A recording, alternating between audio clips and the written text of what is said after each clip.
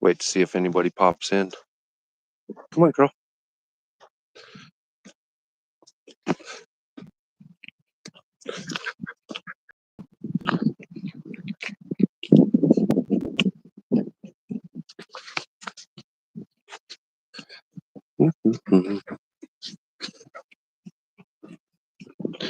Well, as we're sitting here walking, just chat. We're just doing a quick little check-in.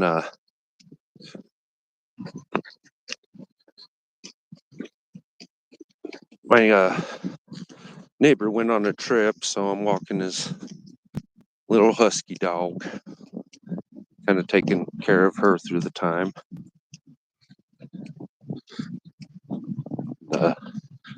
Let her play with my dog for a little while. What up, Jess? I'm walking my neighbor's dog. He's on a trip, and his poor old husky's got more energy than I know what to do with, so I brought his little husky over to play with my dog. And now just letting the dog finish the walk. What up, Silver Cigars? Yeah, husky. Shelby, come here. Hey, say hi. Yeah, she just got done playing with my dog, so now she's a little bit burnt, and I'm just going to let her take her sweet little time. Good morning, Stella. Long time no see, lady. How you been? 2 golden retrievers. Oh, man, the goldens are great. So are the golden doodles, and so are all the golden mixes really are wonderful dogs, just so pleasant, sweet little dogs. What up, Mesa? OTG in the house? Man, good to see you guys. Yeah, I was just bored, honestly, y'all. Just me and the dog. So I was like, I should check in, see how everybody's Christmas went, see what's up with the new year. Just have a side talk. I've been kind of ducking the lives a little bit. Everybody's showing off all their wonderful, beautiful silver and gold. And I'm just sitting here with boring crystallized osmium. And so I was like, man, I have to talk about something else. It's not boring crystallized osmium, So, Alan, dude, long time no see. How you been? What's been new with you? Stacker Attacker Wager, dude. Oh my goodness. I can't believe all y'all would come visit me. That's so cool. Yeah, and I'm just doing a little boring walk around. I mean, the sky's pretty awesome today. Got my son back. We've been having nothing but clouds and cold and wind, and I've just been like, this is terrible. I'm like a lizard, y'all. If it's hot, I'm hot. If it's cold, I'm cold. Like, everything of mine depends on insulation and layering. I'm one of them layer guys, She's a good dog. Her name's Shelby. She's young. She's just getting a little bit more mature now. It's funny. Her super predatory instincts come out when she plays with my dog, and she's starting to get like more crazy about it too. Her energy level and aggression's picking up a little bit. And these huskies, you got to be dominant with a husky. You really do. There's just so much wolf blood in them. You really got to be an alpha, around these guys. Otherwise, they won't listen to you.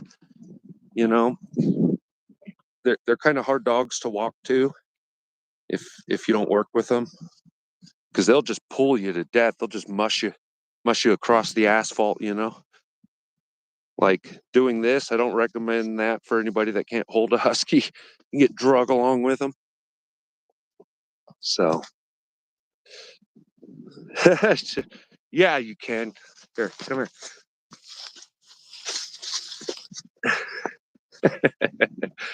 Here, reach through. Come here, Shelby. Shelby, come here. Come here. Come say hi. You're a good girl. All right, come on.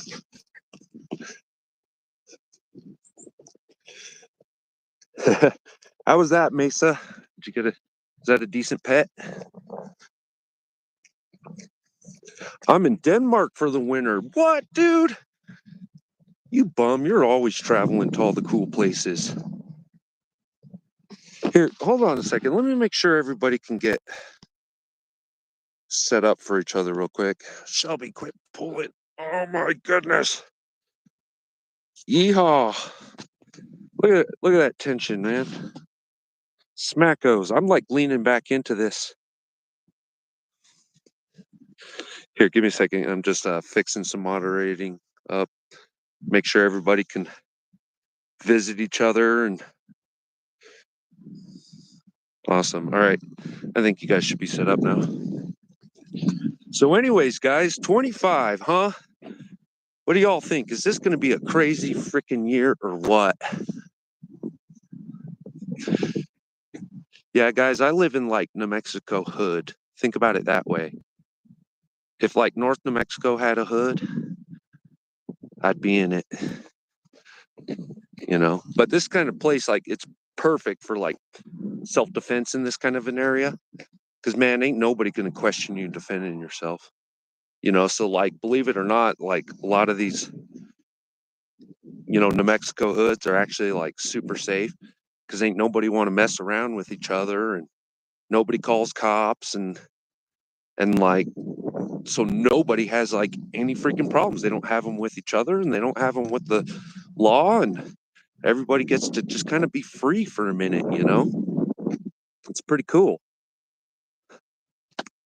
Stacker, I thought I made you. Let me try this again.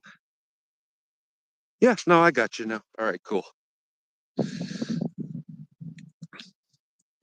You have a house in Denmark, Alan. What type of a house is it? Is it one of the neighborhood houses, one of the country homes? Who's this? Bill. How you doing? I'm in Iowa and it's foggy here. And we have to put on lots of clothing. Yeah, man, we're like the opposite of foggy territory. We're high desert, man. We're ultra dry. And so that's, you know, a lot of clothing is also important here, man.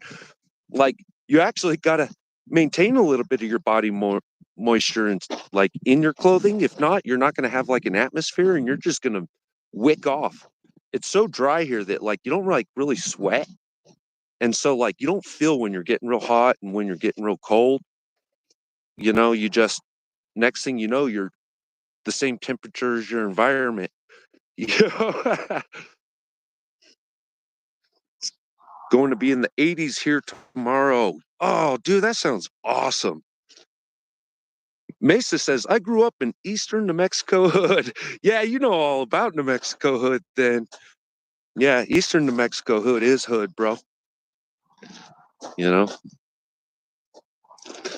Let's see. Hey, Silver. Nice to see you. Here, let's get you blue. There we go. Yeah, Silver, this is the dog I'm maintaining for the neighbor. Shelby, say hi. Come here. Let him see ya. Dippy dog.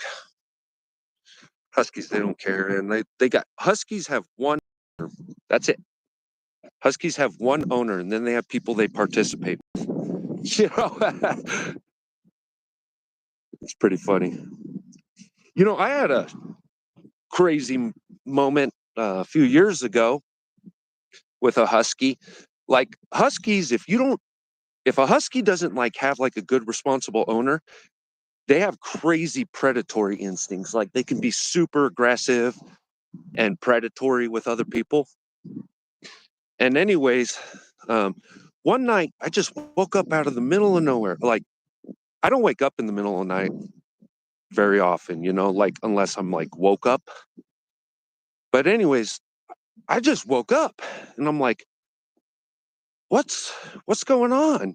I had this feeling like, what's going on? So I go outside onto the porch to smoke a cigarette, and I'm living in a trailer park at the time. And so I go out to smoke a cigarette, and weirdest thing is I had this feeling like I should go around the corner and see what's going on down the road. And I turn the corner, and there's that angry ass freaking husky that lived down the road.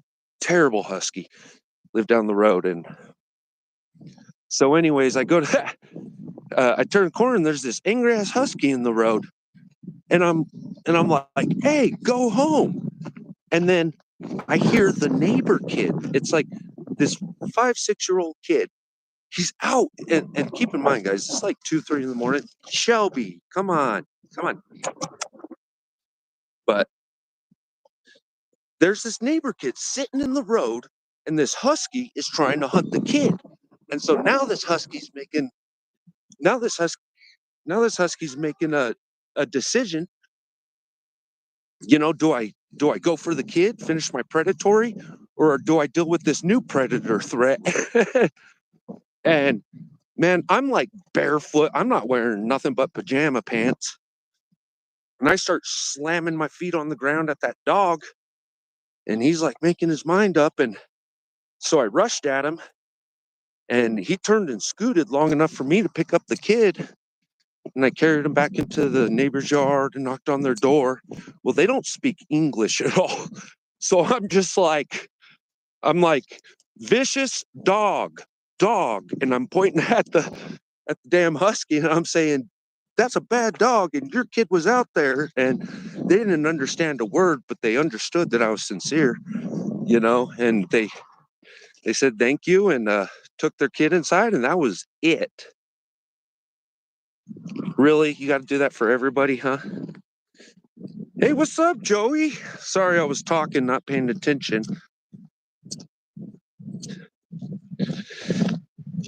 Yeah, man, just chatting about vicious dogs and how you got to deal with them.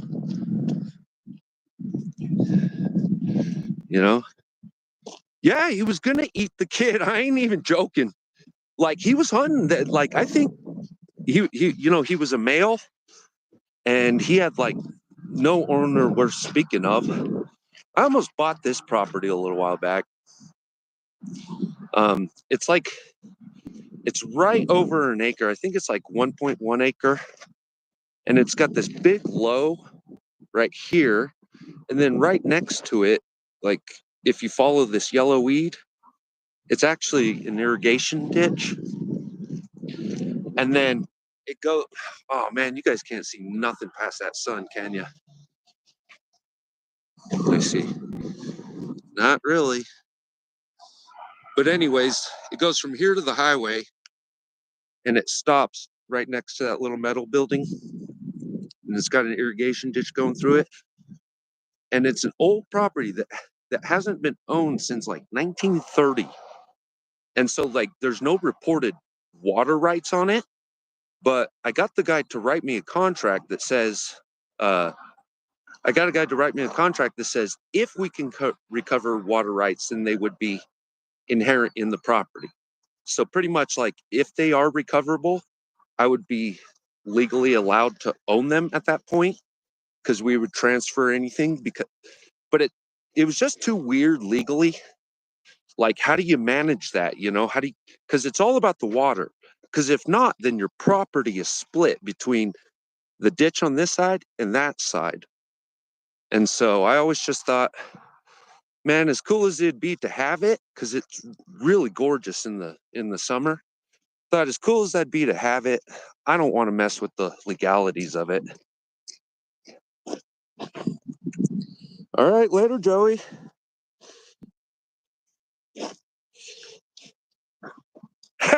Bill, it's crazy. They moved from what are you getting? Is that wood? Okay, you can have the wood. But yeah, they moved from like Colombia, and they used to bring me coffee all the time. And OC, what up? But they legally immigrated. She was going to the college for the lady was going to the college for English lessons, and she would come over and try to practice with me. And then I was trying to learn Spanish to keep up with her. And then her husband works the oil field, and he was learning the English out there. And so they were putting in really good concerted effort. But their plan was to come here for a bunch of time, earn a whole bunch of money, and then go back and start a coffee plantation. So I hope they do, because then I'll have a friend out there making fresh coffee for me. Good morning, Gatira. How you doing?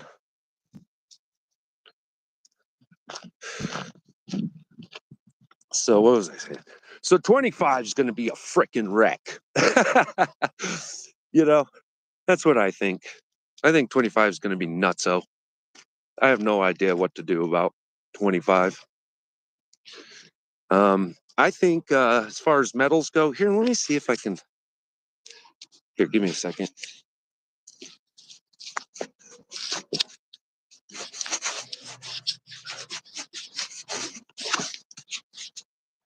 You finally wearing out, dog? But so my medal prediction for 25, right? Silver, gold. I think we're good. We still got a little bit of a low ahead of us. I think we got some room to go down just a little bit more, but I don't think the floor is very far away at all. I really, really don't.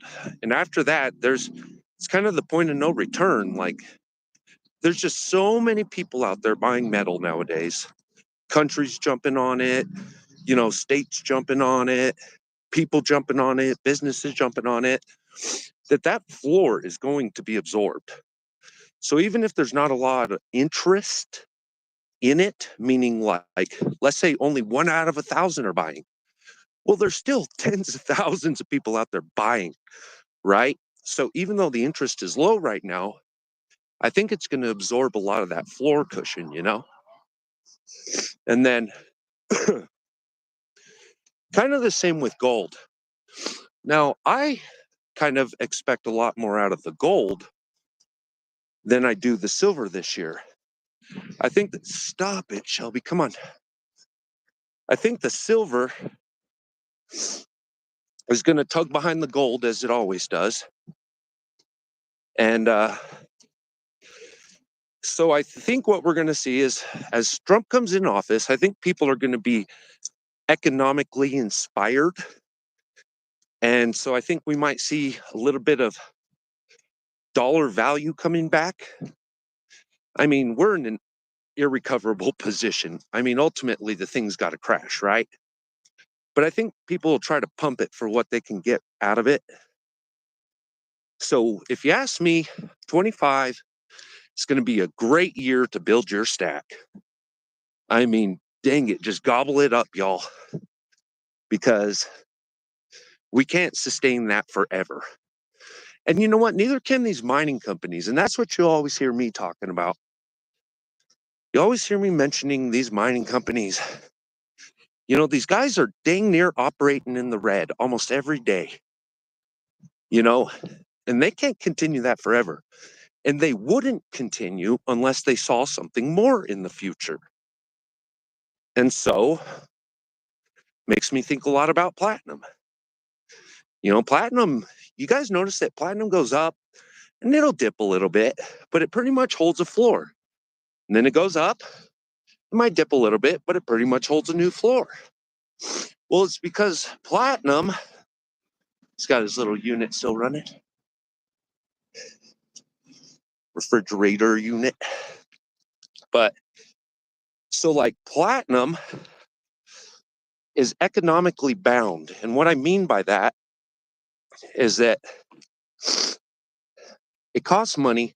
Like gold can be found almost anywhere by almost anybody, can be refined, processed, crafted by almost anybody.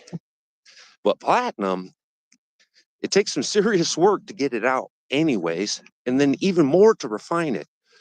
And so platinum can be a bit of a visualization on the economic power and the mind power that exists out there. And so so when you see this platinum holding its ground, that means that pretty much that is representative of where we're at in our mining industry, right? Like, that's the worst it's going to get, is what I'm kind of saying here. So it means it's probably better for gold. It's probably better for silver. But when you start seeing that platinum mining pick back up, here, come here.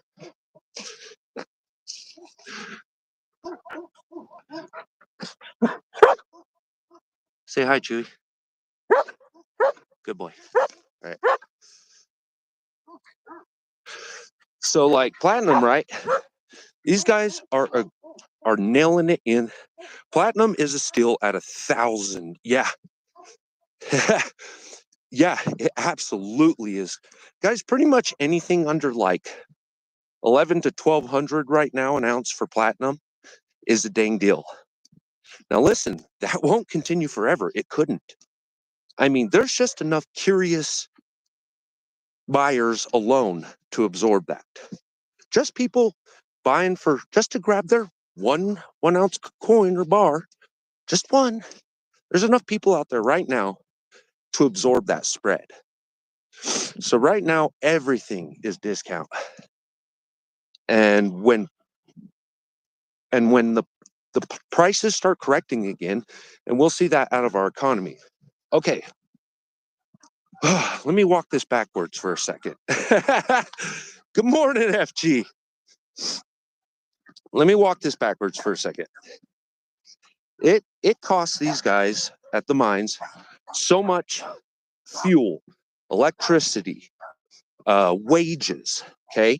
And so when an economy is struggling, and when fuel prices are through the roof, and insurance costs and labor costs, and there's not enough people paying for this, okay, that's what drives that price up, all right? Now, these guys can sustain for a little while, okay? But eventually, they're either going to raise the price, in which people are still going to buy it, okay? Or the economy is going to strengthen, their price is going to get a little bit better, and they're going to be able to produce a little bit more, okay? But either way, we got to remember that the market is increasing in populace, in people buying every day. No matter what's happening, there's always somebody out there buying. They're buying the dip, they're buying the peak, they're buying, okay? And so when platinum starts going through the roof, it's going to be a sign of strong economy, right? Like these guys can take off again, they can start spitting more out again. And whenever that price goes just a little bit lower because of that, because believe it or not, it'll drop right before it rises. That'll be your big cue. And that'll say, oh, these guys are about to start spitting this stuff out at this price or lower. And that means everybody's going to be able to suck it up. And the moment that does it, it's going to cause a massive influx in people purchasing it, because they're going to be like, whoa, it's on. They're either going to say, whoa, it's on discount, or whoa, everybody's buying this. I need to hurry up. Either way, it's going to get bought out like crazy. And so what you kind of want to be thinking of at that moment is, all right, if platinum's going to go up, what does that say for everything found alongside platinum, or what platinum is found alongside in itself, right? So you start looking at your platinum group metals then. Platinum group metals are notorious for raising in price and rarely dropping. Okay, meaning they'll go up, then they'll go pink, and then they'll go up, and then they'll go pink, and then they'll go up, so on and so forth, right? Are they buying the actual product or a paper certificate? All right. Tommy, I'm going to assume you're referring to the platinum, right? So platinum right now is primarily being traded as futures, okay? Here, one second. Wow, there you go. So it's primarily being traded in futures, right? So every country has their reserves, okay? And the price is usually leveraged partially against the reserves and partially against what's actually tangible in the market. But really, it's more about the reserves, about what they are going to pull out, okay? And so right now, North America's got like crazy amounts of platinum on lock. I mean, we've got crazy amounts of platinum on lock in our reserves. And we haven't been buying any of those. We haven't been producing any of that. And a lot of that has to do, Shelby, what are you doing? You're acting weird. Oh, is that dog making you nervous? Come on.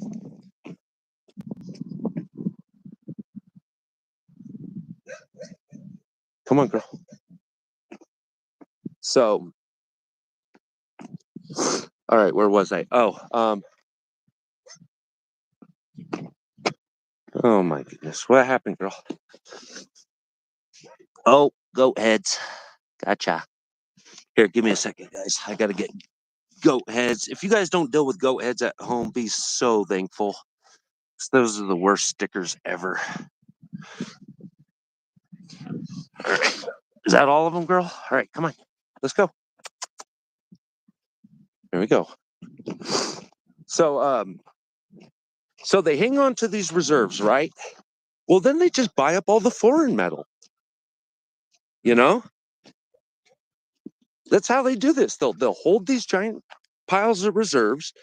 They're not going to spend their own money, especially while it's expensive to work the stuff. So let's just buy somebody else's production. And they'll pick up their piles from somebody else that's willing to pay the cost of production. And then when their reserves start getting expensive and their costs of manufacturing start getting expensive and they don't want to deal with that anymore, then they'll dip their reserves. Or what if they cut you off? What if something happened with Russia where all of a sudden they started limiting what goes out? You know what I mean? Have we seen that already? Neil, I just saw you pop in the room. We couldn't possibly be seeing Russia doing anything like that now, could we? Saying no, we're not going to sell you anymore. See what I'm saying? What has Space Miner said over and over and over? If your buddy the dealer ain't your buddy anymore, do you still think you'll be getting a deal from your buddy the dealer? And that's kind of like the geopolitical aspect of it. Sorry, guys, I'm fighting this fence. It's a big, heavy fence. So anyways, I got high hopes for platinum. I think we're going to see platinum look completely stable this year. And towards the end of the year, I think we're going to start seeing some of the more dramatic effects of platinum. But I think platinum's going to look pretty well stable with a slow, steady rise. Gold's going to be steady on its way up with a shortfall before it. And same with silver, lagging right behind gold. That's my 25 prediction. Don't take this as financial advice. It's just a prediction. What do y'all think? Let's check back in with this. All right, what do we got? All right, Brandon says he hoards silver. Good choice, buddy. I think we all love silver in here. Really is a dependable and useful metal, far more useful than gold. Far more useful. It's just so much more common than gold that it makes it, hard for us to really get the performance out of it, with so much tangible hitting the streets every day. All right, come here, girl. 1 second, y'all. All right, come here, Shelby. Did you have a good morning? Did you have a good morning, little girl? Good girl. All right. Take it easy, Shelby. Yeah, she's done. Cool, now I don't have to watch the dog.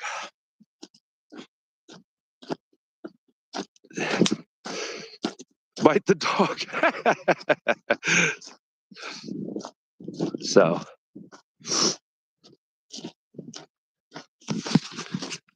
anyways, let's see what's going on here. You've been lagging, James? Welcome in, by the way. Say hi, everybody. James, Neil, Alan. We've got Tommy, Brad. We've got Foil. That's freaking sweet. Brandon, welcome in. Mesa, FG Stacker. Oh, did I get you? Yep, got you. Check, check. Bill Meyer, Gatita, Mesa. Man, OC, Joey was in here. Did I get Joey? Yep. All right, check. Hey, Bellows, welcome in. Let us get you blue, too. It's just easier to do it this way. That way, if anybody's acting up, you know, got a lot of good people in here that'll shut stupidity down where it's needed. So, all right. Now that, can we set polls in this? Is there a way to set a poll? Let's see. Oh, I don't see how to do that. That must be like a StreamYard thing, huh? All right, no worries. All right, so now that we got everybody down here, who thinks that the first, let's just say silver and gold right now, okay? Let's put them together. I know, OTG, we went through that the other day with somebody else, right? Hey, what's up, Bluto? Welcome in. All right, so with everybody in here, let's just kind of get a show of hands real quick. So give me a 1 if you think the first quarterly action in 25 will be a drop in price. Give me a 2 if you think it'll be a rise in price. Gold and silver, either one counts. So a 1 if you think the first one's a drop, the first major quarterly action's a drop. 2 if you think the first major quarterly action's a rise. I'm kind of leaning on a drop. I kind of think our first quarterly be a drop. All right, I'm seeing a whole bunch of 1s in there. Holy smacks. All right. Whole bunch of 1s. We got a few 2s in there. All right. That's cool. Got some diversity going on. All right. So let's ask this. The first quarter, same topic case for the early quarter, first quarter. Now, whether you think it's going to rise or drop, give me a 1 if you think it'll be politically, like financially motivated, like whether it be, the economy's sucking and, all right, here, let me restart this. First quarter, what's going to be the reason? Is it going to be a reason outside the country or is it going to be a reason inside the country? If you think the reason for the rise or fall will be outside the country, do 1. If you think the rise or fall will be from inside the country, be 2.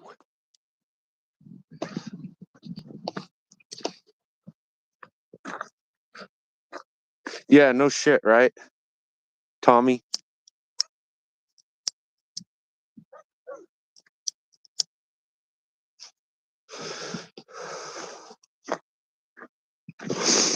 Brad says, inflation is not going away in the first quarter. Metals will rise because of that. Okay.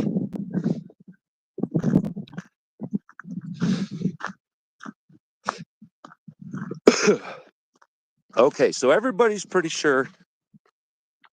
Okay, wow, we got a lot of 2s going.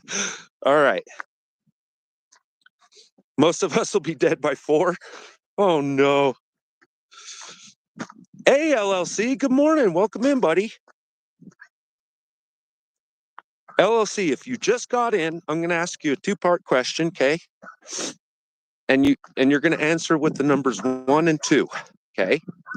First part of the question is, is, do you think the first quarter of 25 will see metals rise, 1, or fall, 2? Okay. And the second part is, whether they rise or fall doesn't matter. Do you think it'll be 1 outside of the country or 2 inside the country?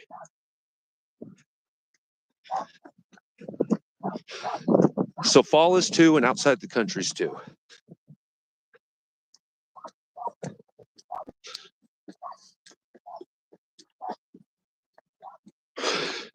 And while he's sorting that one out, who dis? Clap cheeks, dude. That name, man. 2 and 1. All right. Fascinating, guys. So I think we're all expecting the same thing.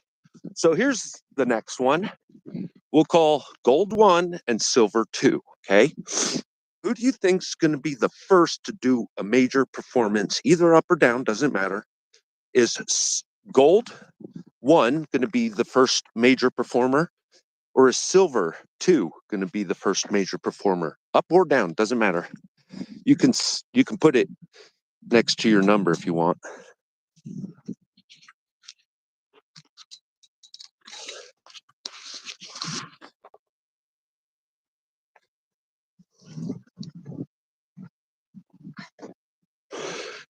$900 a month to $2,400 a month since COVID. Holy smacks.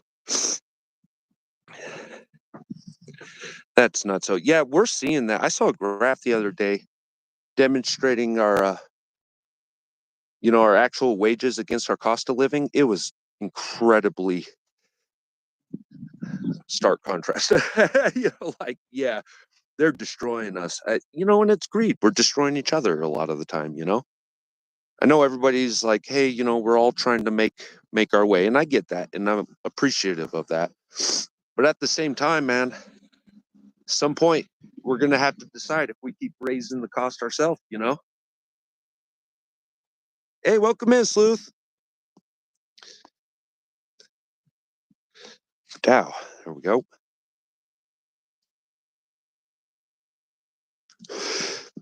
Yeah, I think we have got a wild hair coming up on us, y'all.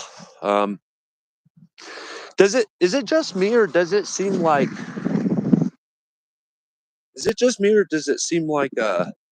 everybody's pretty much waiting to see how everybody's going to react to Trump in office? It's kind of seeming that way to me.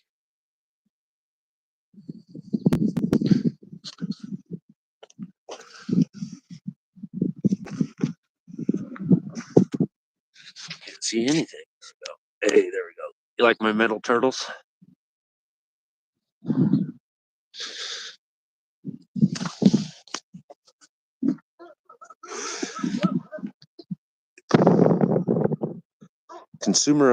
Consumerism has us too bad. Yeah.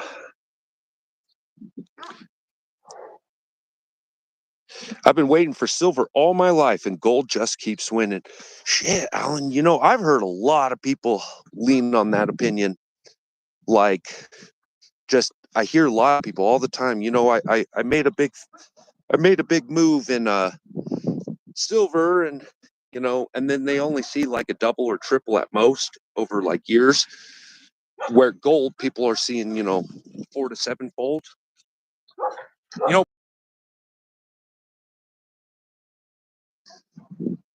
um you know it's always been a very iffy investment for people, but which is crazy to me.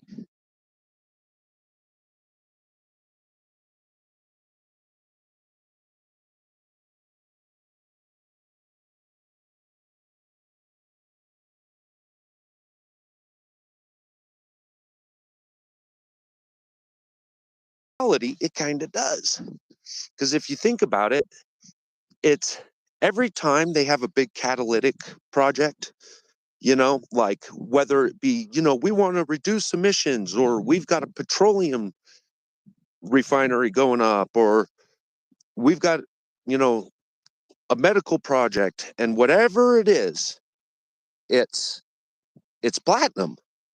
Any one of those is platinum. And so it's wild to me to think that platinum would seem so steady, and it's like it's got to be suppressed, right? It's got to be these industries, and the best I can figure, for the reason we haven't seen the huge platinum growth, is I'm betting guys signed long-term project contracts, right? They said, I want to buy your platinum, but you got to guarantee me this price for so long, you know, and or you got to supply this amount, and it turns out to be a year's worth of an amount that they bought, which could set the rollback back for years too. Meaning, like, man, we already guaranteed it, so for the next while, we're going to have to produce it at this price to be able to meet that contract because it was more beneficial to us in that moment. Because it's like, look, if a guy says, like, look, I'll buy a whole bunch of your new business, and the guy says, I'll buy a whole bunch of your product, way more than you've already made, but I want it at this price. Well, you've just guaranteed your sales for the next long while, you know? Thank you, Space Mariner. Hardened steel twisted wire.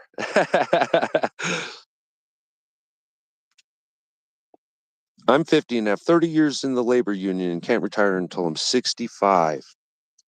Yeah, and they just keep rolling that back too, don't they? You know? It's like every few years they say, oh, yeah, you can work another 5 to 10, right? Bums. By the time some of us hit retirement, man, they're going to tell us 80's the new retirement, you know?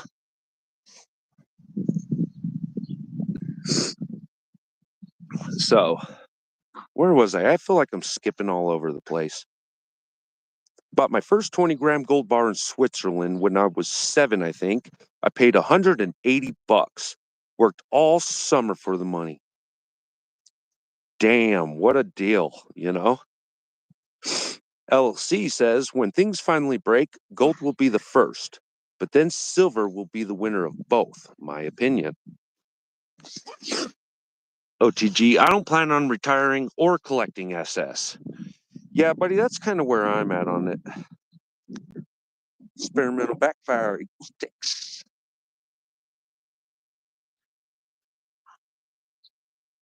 If one is looking to sell for the current currency, they might be disappointed. I can understand that. Yeah, guys, I feel like I'm all over this morning. I haven't done a live in a while. I'm a bit unpracticed, aren't I? All right, so platinum. Oh, yeah, I was talking platinum, the benefits of that. All right, so imagine if the government tomorrow in America said,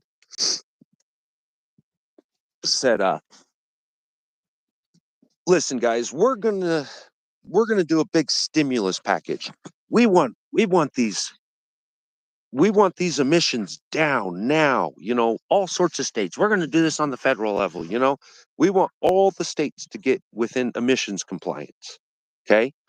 Do you know how much platinum and platinum group metals would have to be produced like now just to start producing that kind of big catalytic project?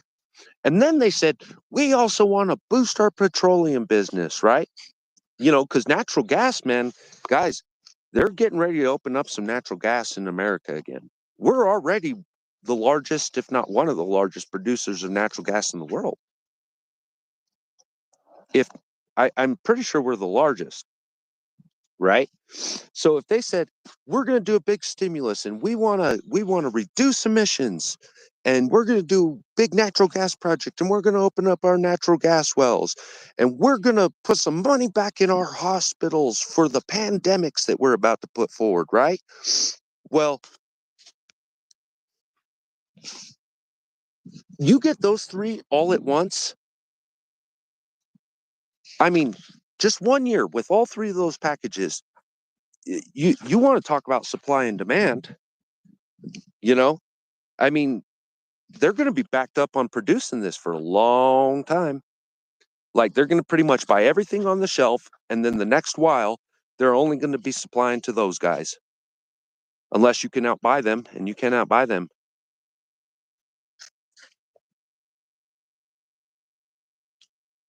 And that's what I've been waiting for with the platinum thing. And I wager that over the population factors too. And the political environment that we're in. You know, they have never shut the hell up about the green movement, and they're never going to stop. It's just what they do. It's the political movement. They're never going to stop about medical. I mean, medical is modern tech. It's what everybody's after.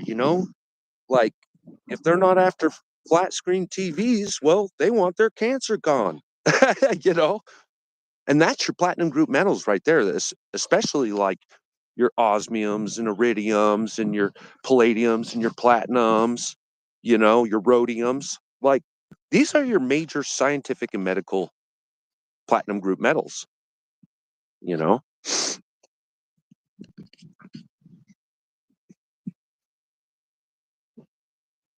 When coyotes do that, it's a bad sign for the coyote. Oh, TG, you're dark. Ruru.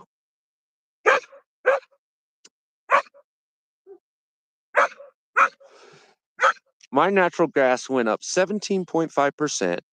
Here, my cost of living only went up 2.5%. We are in trouble in Iowa. Yeah, and then, oh man, it feels like they're building up a lot of these projects just so they can tear it down with one or two links. You know what I mean? Like, and there's like, I get some good inside word from time to time, and the inside word is like, look, guys, they're going to be energy is the next energy and medical is the next energy, medical, and environment is going to be your primary focuses for 25. I would think that's my opinion. If you were looking like, all right, where's the money going to flow this year? I mean, I wouldn't even look to war yet, believe it or not. I wouldn't even look to war yet. I know it sounds crazy, but I think we're going to try to stay out of this for the next year or two, and focus on the country. So what's the country going to want to repair? They're going to say, it, the medical thing is such a freaking money pit. No way the government's ever going to let that go. So you got to throw the medical in, the freaking emissions, you know, that's borderline scam, you know, so that's not going anywhere. Um, Energy production, now you're looking at natural gas and you're looking at nuclear. And I'm telling you guys, they're really pushing hard on the nuclear because here's the deal. About 90% of what we consume in nuclear technology, in the metals, the rare earths and whatnot, about 90% of those are imported. We cannot support our own nuclear energy industry, but we can support our own natural gas industry.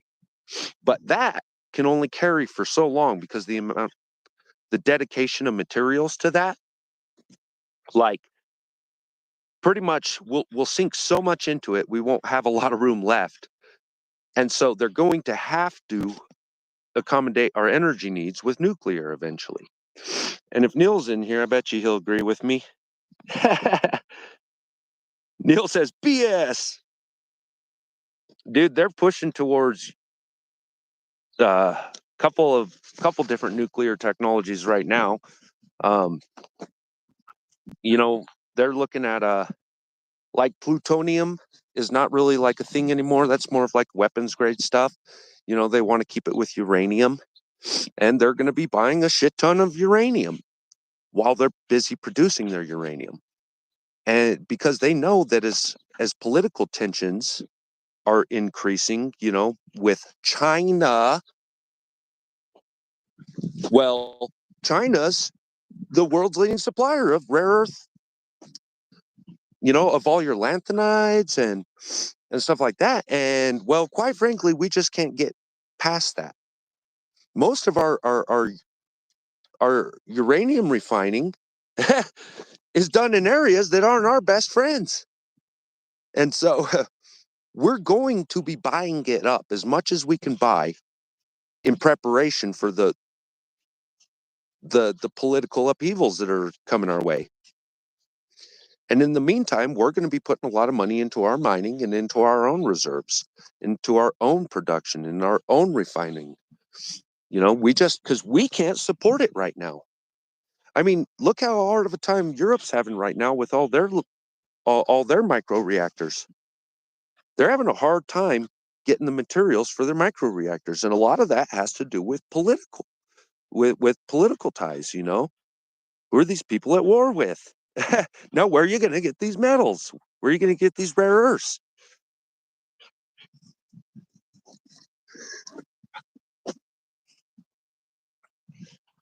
Yeah, this dog is nuts. He'll just do this all freaking day.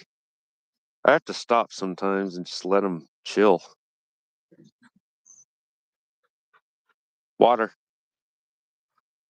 Go get water. Chewy, water.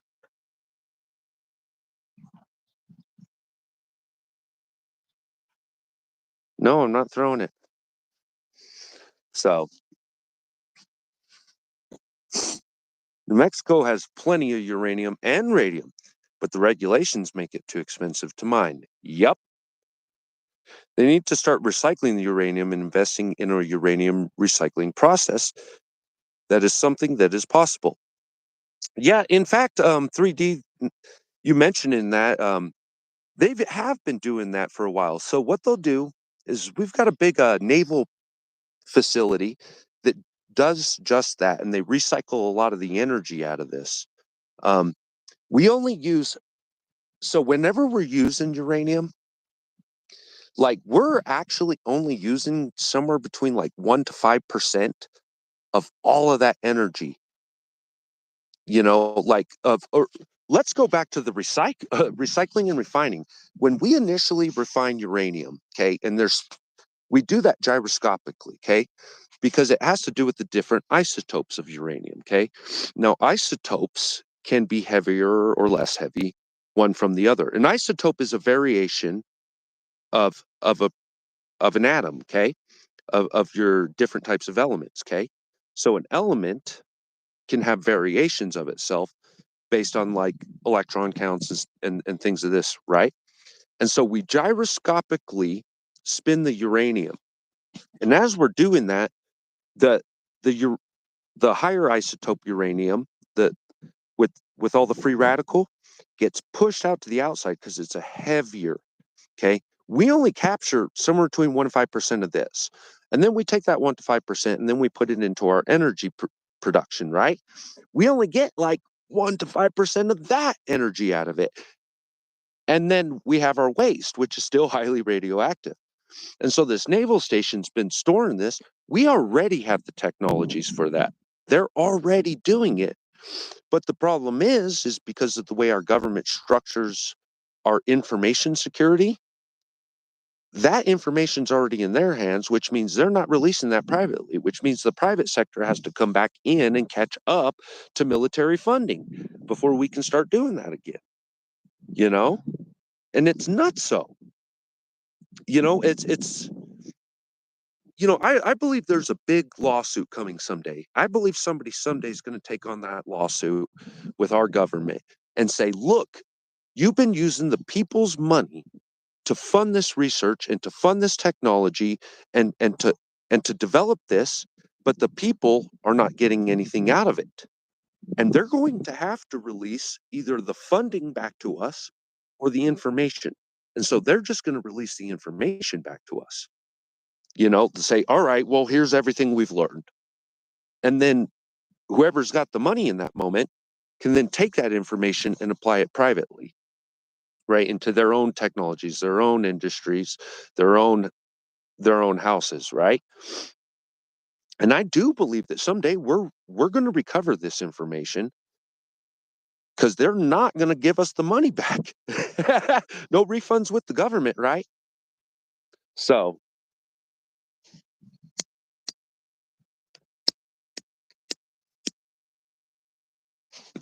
but anyways, back to energy,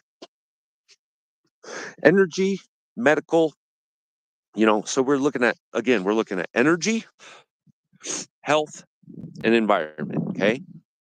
So the medical side of things, if medical goes nuts tomorrow, you're looking at rare earths, platinum group metals, and some silver, but most of that we we we have enough to cover our own medical industry. Okay. We have enough intangible, and we dang sure have enough in reserves to cover our own medical industry. But if they open up catalytic too, well, we've instantly backlogged our tangibles for the platinum. Okay.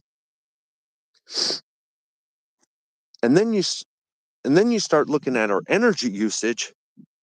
Well, guys, we're out of freaking metal, and now we have to dig into our reserves, or we have to get this from somebody else. And that's the simple fact of it. So, and all three of those sectors, we are like desperately lagging behind it. There's a lot of talk about, like, America would like to return to natural gas, right? But the fact is we don't have the installations available for it. We don't have the actual tangible goods. We have the workforce. We have the fake paper to spread around. Right now, if we jump now, we could get started. But at the end of the day, we just don't have what we need. Period.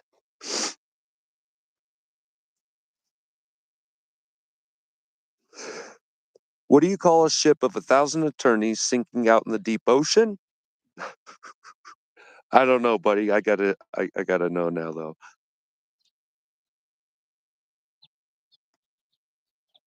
All right, I gotta catch up for a second. Let me see what you guys got going on. Okay, you guys are talking amongst each other. Went up to 159 a month. My water 62 to 159. Yup. A good start. Oh, I love it, dude. Nice. Oh, Sleuth, that was good. Yeah, that was right up OTG's alley too. So I don't know. Like I said, guys, these are my predictions. This is just how I see it. Silver and gold are cool. Don't get me wrong. I think we all understand the values of silver and gold. I think we're all pretty accustomed to that. But what we're not accustomed to talking about is any other metal. We have some talks with platinum, and I'm glad we do. But really, guys, we are so far behind on our culture of just talking about other metals. Like, guys, there's other metals running the world right now besides silver and gold. And one of the first ones and most relatable and easiest to segue of those metals is your platinum.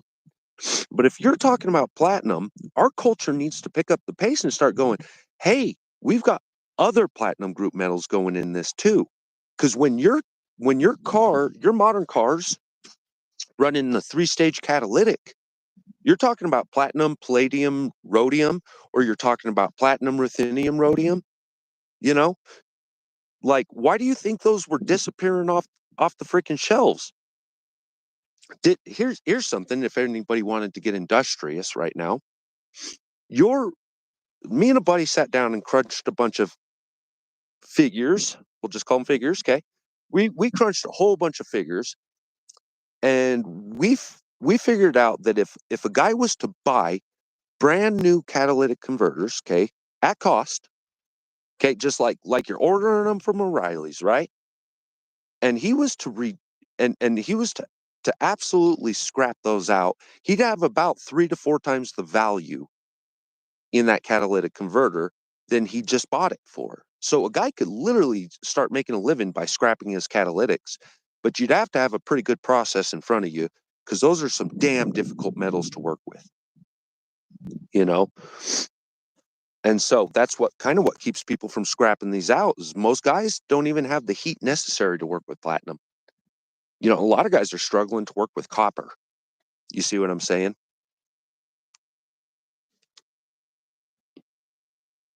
Yeah, Wolfslet nailing it out.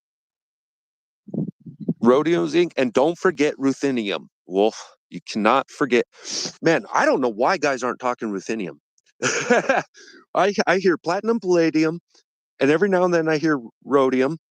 We talk about osmium amongst ourselves, some of us, but why aren't we talking about ruthenium? Yeah, ruthenium's crazy important catalytic metal.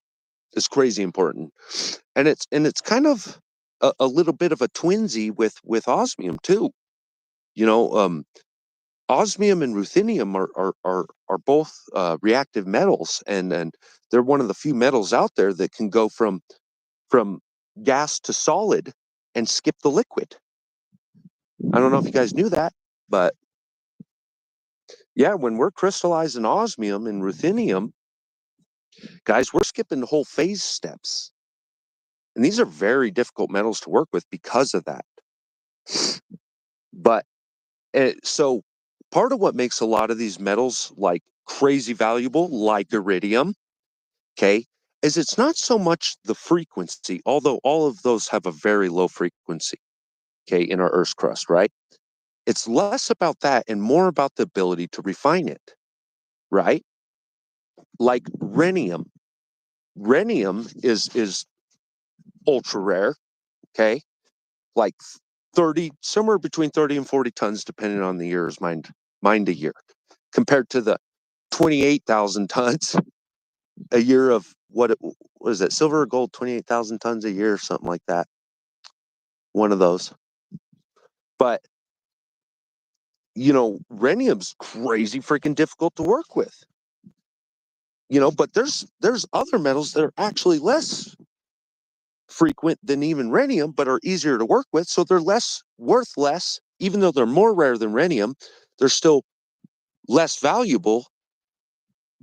Like we can purchase them for less because it takes a far less work to work with them.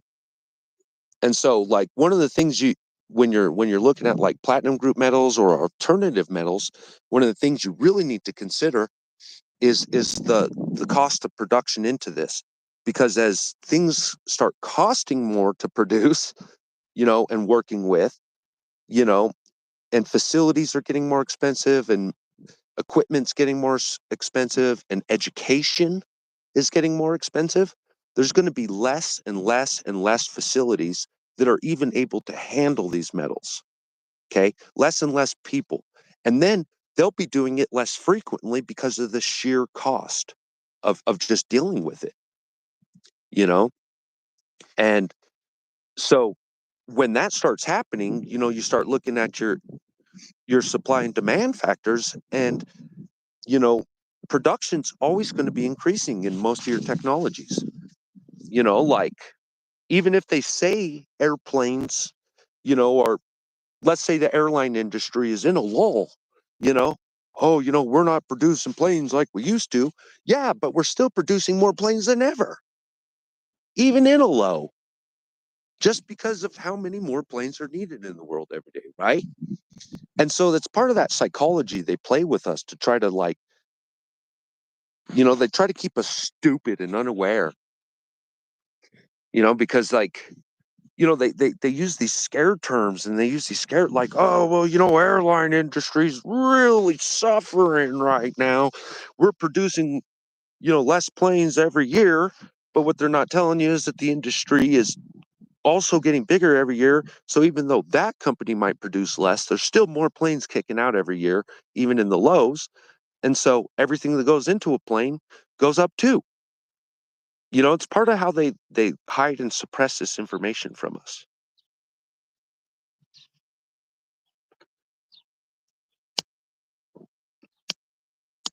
Sorry, lighting a cigarette. Yeah. Neil's nailing it in short. He's saying buy platinum, find gold on the ground. And that's exactly what the hell. Thank you, Neil. That was a good way to say that. That's a really good way to say that. That's what I was saying earlier, man. Is when you're talking about gold versus platinum, you're absolutely making that consideration. Like, dude, I can pick gold up and melt it with a hand torch. I can find it with a metal. I can go out there, find it with a metal detector, clean it up, process it myself with a damn hand torch. Everything I can do with gold, everything I need to do with gold, I could do in the woods. I could do in the woods with rocks and sticks, yo. But you're not going to be able to do that with platinum. And some other metals out there too. You know, all your platinum group metals for sure. I mean, we're not even look, let's just say transition metals, okay? Let's just open the spread and just say transition metals, which is going to take care of all your platinum groups and your golds and your silvers and your uraniums and stuff, okay?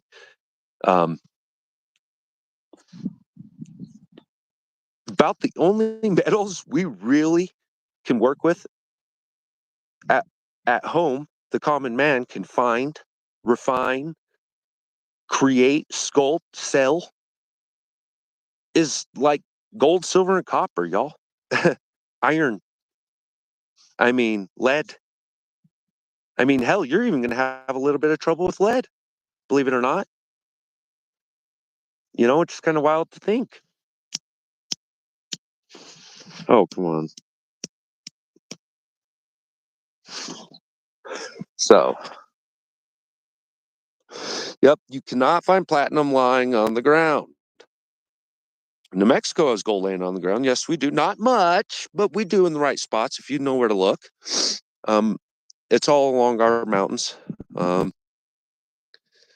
Sleuth, I stack more long-term foods and water catchment purification methods than silver and gold. Yep.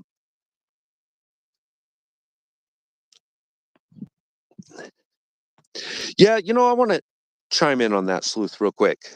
You're making a good point. And this is where I stand on things. That, listen, if you have to have a good foundation before you even start stacking, right? Like, one of the first things everybody needs to do is get the heck out of debt. Get the heck out of debt. And if you're stuck in debt for the next while, I get it. A lot of us are, but stop taking on debt. Stop using debt to prolong yourself. Like, you know, I downgraded to get out of it. The Vatican will hunt you down wanting that gold. I took a hit to get out of debt. Look, if you're the guy and you're sitting in a house and you're sitting in a house that you're paying for right now, okay? Nice big house and you're paying for it, okay? If you can sell your house even at a hit tomorrow, okay?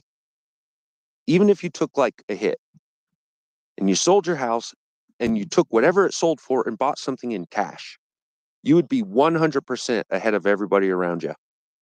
In the simple fact that you can stop paying a monthly bill. Now, all of that can go to gold and silver, platinum, osmium, ruthenium, rhodium, etc. You know? And so that was like the first thing I had to recognize for myself is like, look, my money doesn't go anywhere but out the flipping window. You know? And I had to take a lot of hits to put myself in a position where I could buy, where my money didn't go to a landlord, but my money went to metal, you know? And it wasn't until I stopped paying other people money and started paying myself with money, you know? I traded in all that garbage ass paper that I was feeding to everybody else for metal. Now, I don't live like a king by any means. I mean, you guys are seeing what I'm walking around on. I like my little yard. I had to make it this way, but damn, y'all, I live in a camper. You see what I'm saying? I'm not like living some high life, but I'm also, I don't, I'm also not working at this very moment. I'm sitting here chatting with y'all. You see what I mean? And so if you're willing to take a hit in your in the comfort of your living for a minute, your living comforts will increase. They absolutely will. When you're done paying everybody else and you can start paying yourself, that's where you're on freaking track. And at the end of the day, like Sleuth was saying, he's stacking that food and stuff. Well, guys, if you've already bought the food while it's cheap, then whenever shit hits the fan, man, you're not going to be giving up all your gold and silver for $50 loaf of bread. You see what I'm saying? You're already going to have everything you need for your bread. So you're not going to be giving away you're not going to be giving over an ounce of silver for your freaking loaf of bread. you know and so that's one of the ways you get ahead. Like, look, this money is to buy stuff. So if you can buy the stuff and keep it around, if you can, some some food you just can't keep around that long. No point in keeping that much. You got to cycle through some of this. I get it, right? But every like I'm not a believer in saving money. I don't believe in saving money. Okay, I know y'all are gonna hit me up for that. Yeah, let me make sure. Hold on one second, guys. Gotta. Morning, Tim. Ella. Good morning. All right, there we are. So, what do I mean by I don't believe in saving money? I believe money. Spend it while it's worth something. you know, I go big seasons, absolutely cash absolutely cash broke, months and months and months at a time. I go cash broke, but I'm not in need of anything because I've already bought everything that I needed. And so now any money I make is profit. Yeah, like I can't run out and play with all my buddies. I don't get to go run out and take all the expensive trips right now. But there'll come a time when eventually I'll have bought everything I've needed. My pantry will be full, my fuels will be full, all my bills will be paid in advance, and every dollar I make I get to play with now. Because what do I got left to spend it on? And that's my attitude. So like a lot of these things that I'm like, oh, I didn't really want to buy right now, but I knew that I would buy it someday. Man, just buy it now while it's cheap. You know? Yeah, the cash is just good for getting around, for the things you didn't plan for. That's all you need cash for, stuff that you didn't plan for and money hungry governments, you know? Like nobody else gives a shit about cash, and when shit hits the fan, you know, let me put it this way. If I'm hauling ass in my pickup and I got two guys on the side of the road, one's waving $100 bills and the other one's waving fucking 9 mils, I'm going to pick up the 9 mils. you know, that's just me. So if you want me to pick you up, don't wave cash, wave 9 mils, you know, and I'll pick your ass up.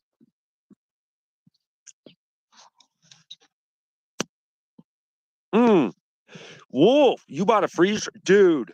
That is it, very expensive, but very good investment, man. Good on you. Oh, you know what's freaking awesome, Wolf? Do pineapple in your freeze dryer, dude. I love the pineapple in the freeze dryer, dude. Like that's like one of my favorites. And sweet potatoes too. I do sweet potato in there too, like sweet potato and yam. Yeah, but see, that's exactly the point, dude. You already bought it. You'll never buy that again. Hopefully, right? And you start putting in a little bit of just every grocery, put something in there. If that thing doesn't stop running, if you just keep that thing running full time, dude, by the time you're stocked up, it'll be worth every penny you've ever put into it, especially as the cost of food goes up. You know,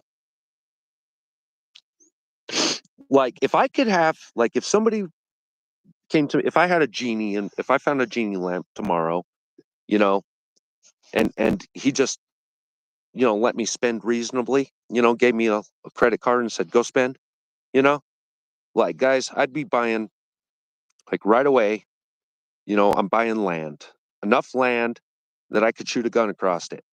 You know what I'm saying? Water wells. I'm doing me an earthen home, you know, something extremely well insulated, total New Mexico style, like Hobbit house kind of thing. I'm doing a water well. I'm doing solar and wind. Um, I'm doing me a greenhouse. I'm doing me a little bit of animal ranching, man. Like fixing up my old pickup, and I'm done spending.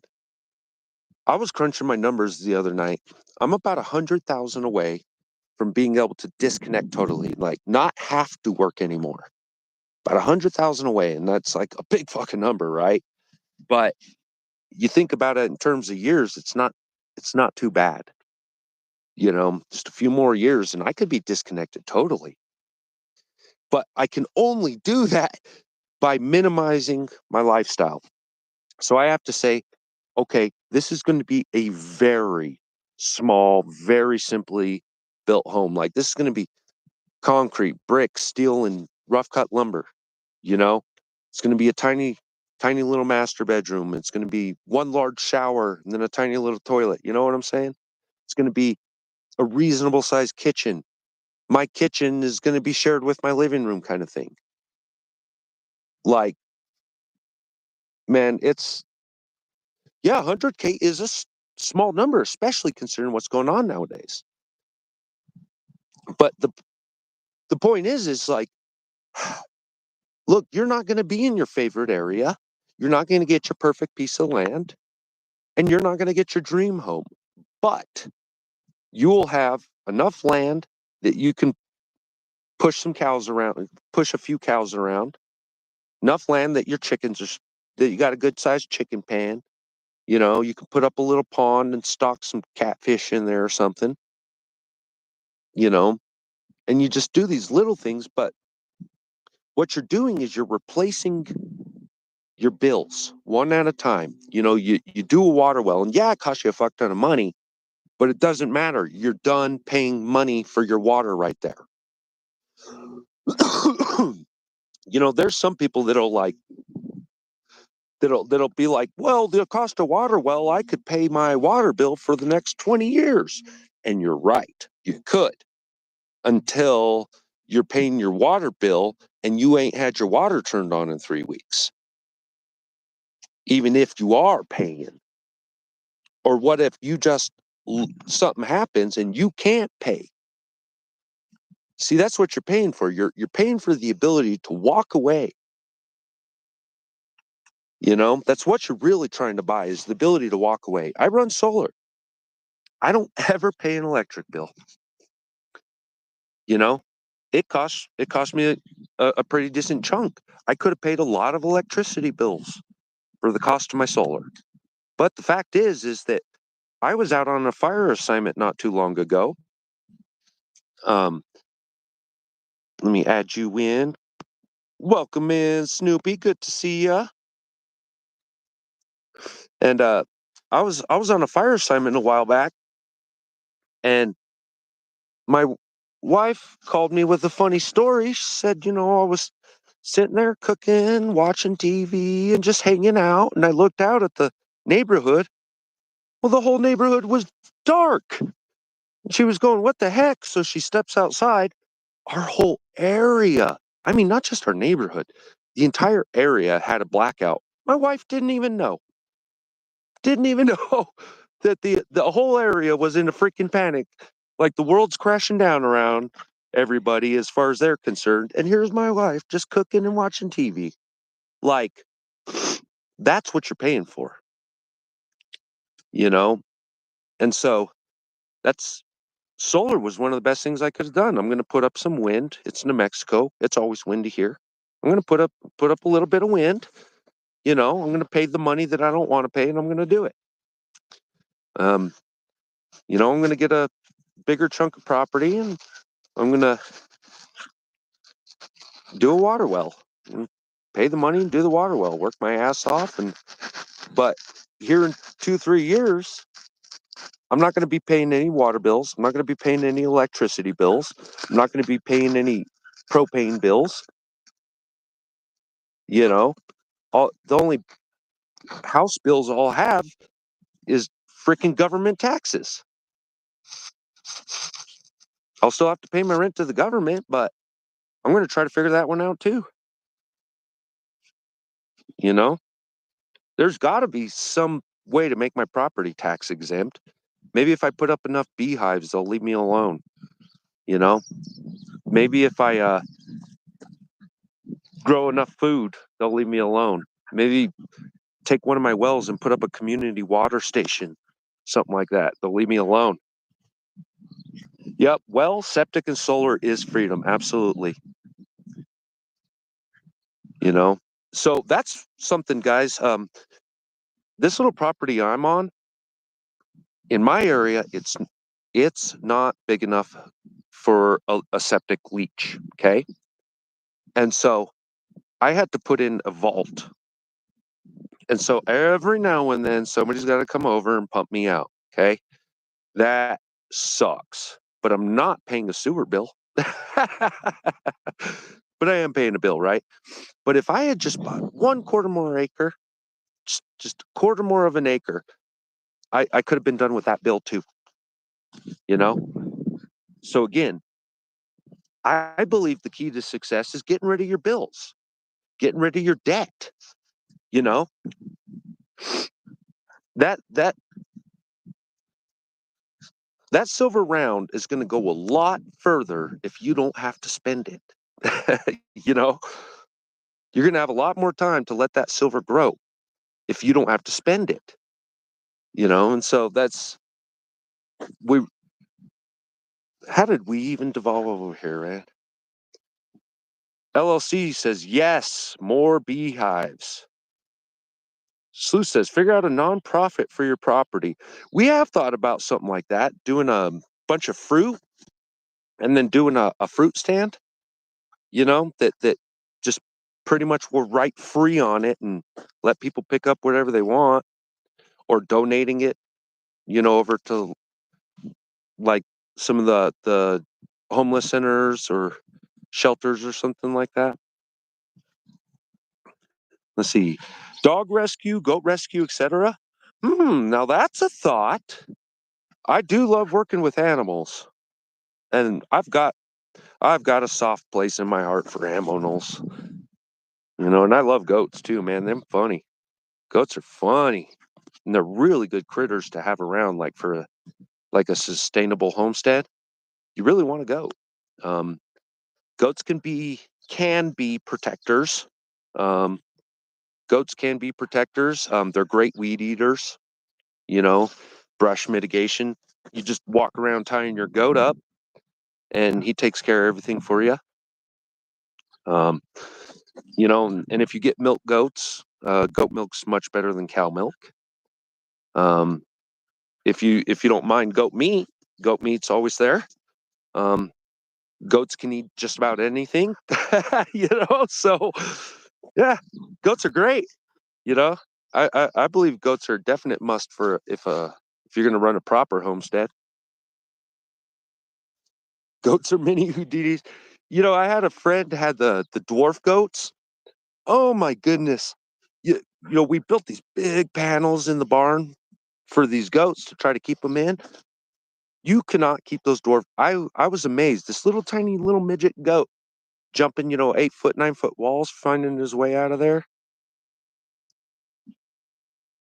Yes, it's not fraud. If you love them, solicit for donations, and it doesn't matter if nobody donates. The Goat Rescue Land is your tax-free ticket. Boom, Sleuth. Oh man, I love this community, y'all. We're gonna repair each other, aren't we? We're gonna make it happen for each other, aren't we? That's that's community, y'all. Look at my dog, man. He loves this. He can't help himself. And I let him because it's good exercise. Let him run the fence. Wow, he'll do that all day. But yeah, guys, we really look, if there's any message that should be really carried through 25 amongst each other, guys, I community education, grace, forgiveness, you know, morality, ethic. We're gonna need each other, guys, this year. Um, just little things like that. Look, I'm sitting here trying to figure out how to go tax free on my property, man. Goat rescue, dude, that's great. That's freaking perfect. I want goats anyways, right? You know, even as a pet, I want a goat. So now I get free pets, I get my goats, and I get my tax free. Boom. Dude, that's awesome. Now, what else can we do for each other? What do we know that we can start helping each other out? No, mine is FG. My phone is not my only internet connection. Okay. I have a little cellular box, and I'll get you the name of it before long. Um, it's just a little cellular Wi-Fi box. And man, that thing cranks all day, every day. I can take it everywhere with me. I charge it and I just set it around. It's got like, I'm a pretty good ways away from the house right now. I could probably still connect to it right now if I wanted. And I pay 500 a year for it. No, I pay 400 a year now. The first year was 500 and now I pay 400 a year for it. And that's how you do it. You pay per year. So I do the one large bill and then that's it. I'm done for the year. And I got internet that can go with me everywhere. You know? So um yeah, I think that's a great but I need cellular connection to get my internet. That is the thing. So like if you're in a bad cell service area, my internet wouldn't work for you. And I wouldn't be able to like take it across the ocean or something, you know. But Starlink, I have considered using it though. My dad does Starlink and it's freaking fast. It's good, strong internet. It's expensive, but it's good, strong internet and it'll run you. I mean, lots of people are using it and it's pretty tough stuff. They do a good job.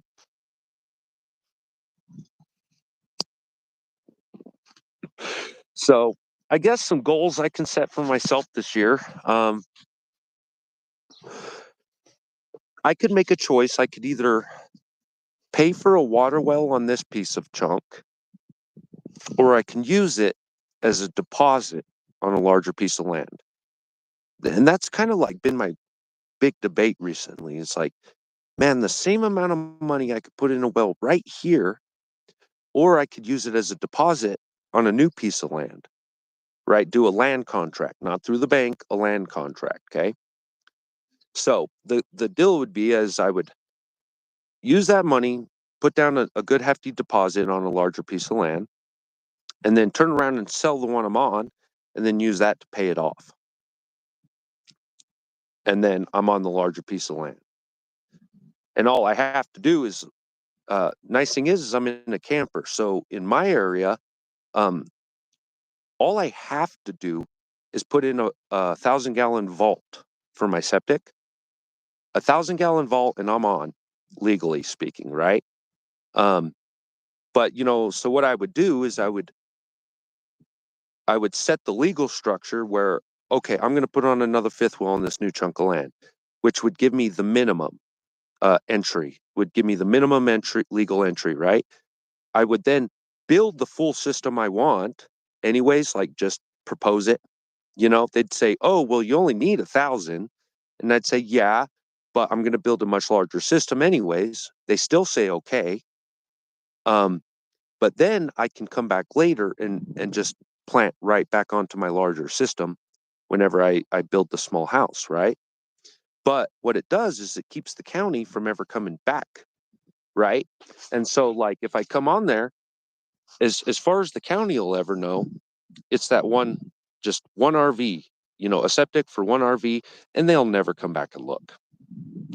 I do the larger system, which they approve of. And so whenever I go to put the house back on, my system has already been approved of for up to whatever it's designed for, right? But then they can't say no later because they already approved it.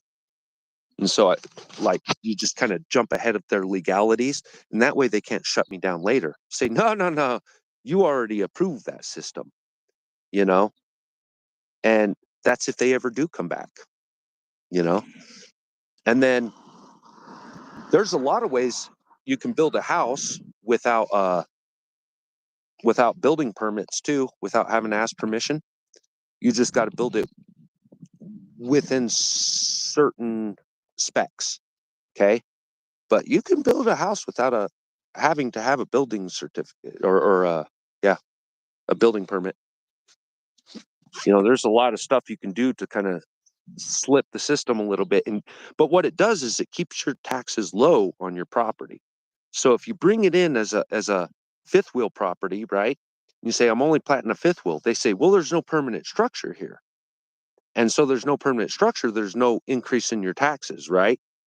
And so you get all the benefits of the full system, but they never consider you a full structure. And so if you're building without the need of a building permit by building within certain restrictions, then they can't say no to you using your septic that they already approved. They can't tax you anymore for a permanent foundation because you never asked their permission for it, you see? And so what it ends up doing is you end up being able to build a small cottage cabin style home without ever asking permission, and then they can't tax you for it. They can't tax you for the upgrade because you never asked their permission for it. It's all about consent with these freaking vampires, man.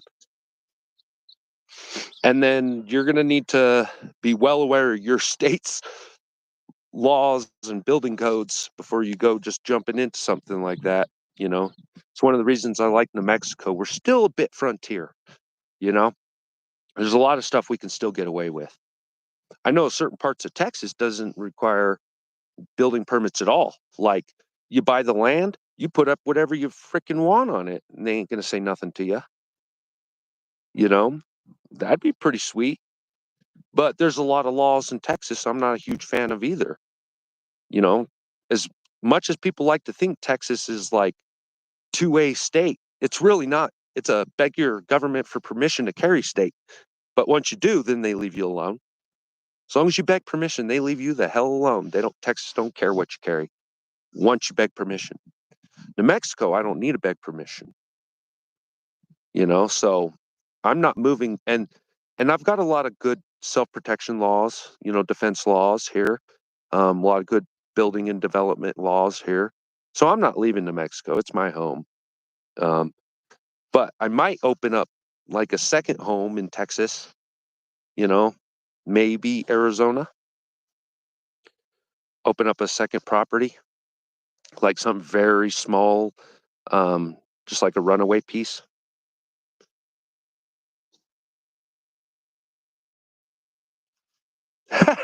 Need a permit to think about getting a permit. That's funny. Let's see. Neil says most cities allow between 100 to 200 square foot building with no permit. Yeah, and Neil, that's one of the ways I've thought about actually busting their chops up is by doing the under so much square foot per building, right? So if you had, just hypothetically, you did your master bedroom one building, you did your kitchen as one building, you did your bathroom as another building, and you did your living room as another building. All of these buildings are within the building code, right? You can't have them permanently attached to each other. So what you do is you then set like a little biodome around it, or like biodome entryway, like pretty much just blockades between everything, right? And so as long as they're not permanently affixed to each other, then as long as you can cover that area, I mean, technically your home would be like inside like a little biodome. And that's how I've kind of thought about getting through it. That way you could go from one part of your home to the next and you're not technically connected, but you're still in like a nice little atrium area, and just by having individual spots. And then when you put a if you put a single bathroom on top of your septic, like the most they could ever say that you must qualify for is that one bathroom, because that's the only thing being connected to the septic. It's kind of like a weird little legal loophole you could jump, but it's kind of how you get through these without begging government permission.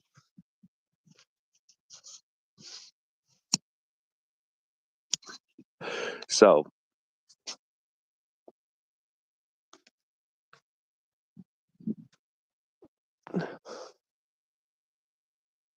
yeah, reciprocity is a really big deal to me too. Um, I think it's USC 240, 148. Oh, I can't remember off the top of my head. I want to say 240, 148 is the equivalent to the reciprocity. It's your safe carry amendment. So what it states is that anywhere that you can legally own your firearm, you as long as you carry it in a specific manner and prescription, you're supposed to be able to carry it from anywhere that you can legally carry now to anywhere you can also legally carry. So like if you were a felon in New Mexico, okay? A felon in New Mexico, he can own his firearms again after 10 years, okay? He doesn't need to write the government for permission, okay? If he's been a good boy for 10 years, he can carry his rifle again. He can't buy them, but he can carry them, okay? He can use them, he can carry them. Well, if said felon, this is where it gets gray and weird, but hypothetically, if the same law applies somewhere else, they do that, okay, that a felon can carry if he's been a good boy for 10 years, right? Then hypothetically, he can transport that through all the nasty areas that say no, okay? But if he gets off of that highway at any moment and lands in that state, he could be in big freaking trouble. But if he stays on the highway and just keeps traveling through, as long as he's carrying in the prescribed manner, he can make it from state to state as a felon with a firearm. You see? And but what that does for anybody that's not a felon, they would normally think, "Hey, I'm not worried about that. I'm not a felon. I can carry anywhere." Like, well, there's a thing called trip laws, what we call trip laws, where it means you trip over the line and now you are a criminal. You know, you trip over the line in New York or California, dude, you could be in some serious hot water.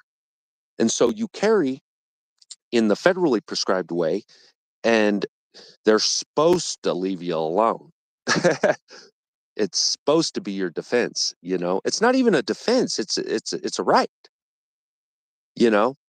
And you and rights are defense in court, you know. So it's not like they're giving you an extra defense. It's not an exemption. It's your right. That the states are superseding your rights most of the time.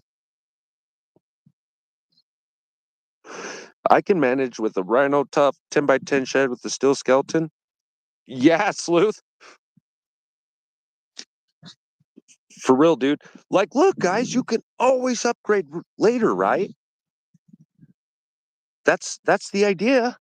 Just fucking pay for everything now and get done paying bills for a while. Then all the money you make can go into upgrading your lifestyle. You know? My grandpa used to say, and this was, I'm sure, a saying from his time, but $10 a month will take you first class, is what he used to say whenever he'd spend extra money. He'd say $10 a month will take you first class.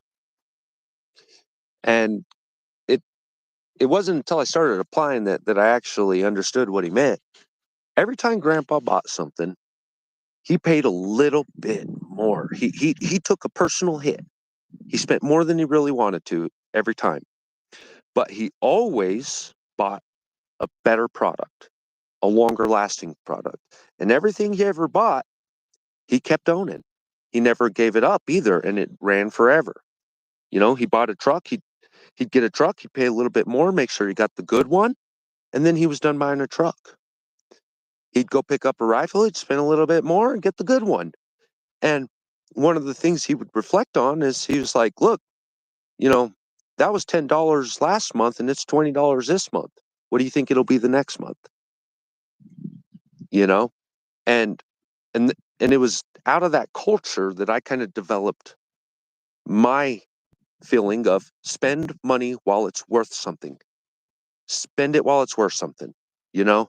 Like you got it. How can you improve? If you got $10 in your pocket today, how can you improve your life with that $10 today? Is there anything you can get today that'll last you till tomorrow, till next week, till next month? Is there anything you could buy with that $10 today that will still be good a year from now? Then that's how you pick your life up one step at a time. You know, $10 is silver. You know, you buy that little. So what if a gram is not worth $10 right now? It's only worth $5, and you're going to spend $10 on that gram. Next year, you'll have your monies out of it, and you'll be glad you bought it then instead of when it's 15 or 20. Is I guess kind of what I'm saying. Spend it while it's worth something, dude. If think about all the money you've ever fucking dumped out in your life onto just garbage. I bet you wish you would have bought some silver or gold in that moment, right? I bet you would have bought that new pair of shoes before they went up to twice the cost. Bet you wish you would have just gone ahead and spend the extra $5,000 on that truck before next year's truck released for 50 grand more. And that's what I'm getting at here is like, dude, if you just spend it and you buy good stuff with your money, then you're done spending your freaking money on that. You're done. You don't have to spend any more money on that. What up, GP? Burger crew up in the house. My goodness. Let's make sure you're blue. Very nice.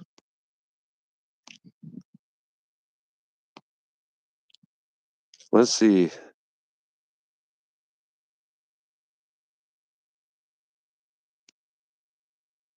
Buy once, cry once. I like that. Yeah. But again,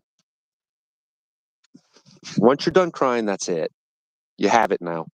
Dude, there's a lot of stuff there's a lot of stuff I don't even window shop or look at anymore. I'm just done buying it. Like all my war gear, man, I'm set up. I don't have to look at that gear anymore. I'm set up. I'm full. You know, I've only got a few pieces left on my pickup before it's pretty much like I'm done. Just a few things left on my pickup and I'm done for like a long time. You know, um, for this property, I just need a water well, man. Like that would like seal this property up for me. A water well, and man, I've thought about putting in a septic without asking, but yeah, and then that's it. Then like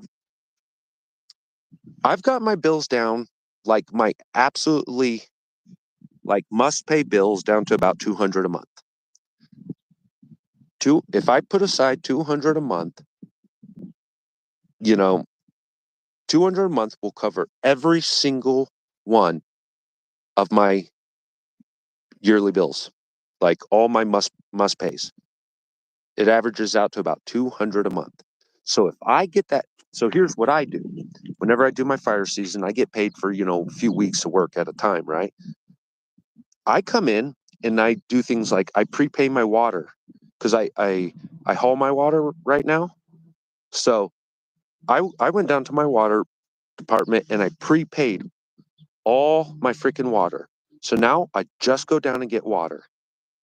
I don't even blink about it anymore. So all my water's prepaid. My propane, prepay all my propane. And we do that cost average thing, where you just pay the steady bill. But it's because I use so little propane. I use so little freaking propane, man, that it really is the cheapest way for me to do it. And I can pretty much stop any time and my bill's going to be clear. There's a lot of months that we just turn them down and say, nope, no deliveries, you know, but everything's prepaid. I pay my insurance on my pickup. They won't let me pay for the year, so I pay for 6 months at a time. You set aside a little bit for your land tax, and then you buy your phones all at once. Oh, I forgot to add in my internet. But if you add in the internet, you're gonna so like $250 a month, pretty much. So you times that by 12, and you know you get one $3,000 check, and all your year's bills are paid for. A $3,000 check. That's all I need, and all my bills are paid for the year. Now I ain't got any extra spending money at that moment, but dude, I don't stress. I'm in the middle of winter. I haven't worked in months. I'm not stressed. I haven't worked in months, guys. Months. Like at my profession. Okay. I do other stuff, but like I don't go to a job. I haven't gone to my job in months now. And I'm not stressed. I'm not going to have work next month. I'm not stressed. You know, I'm not stressed. I already paid all my damn bills. Dude, nobody's coming to kick my door down and shuck me out of here. Nobody's going to be shutting off my water or electricity or my propane. No police are going to be pulling me over from a pickup. I'm done.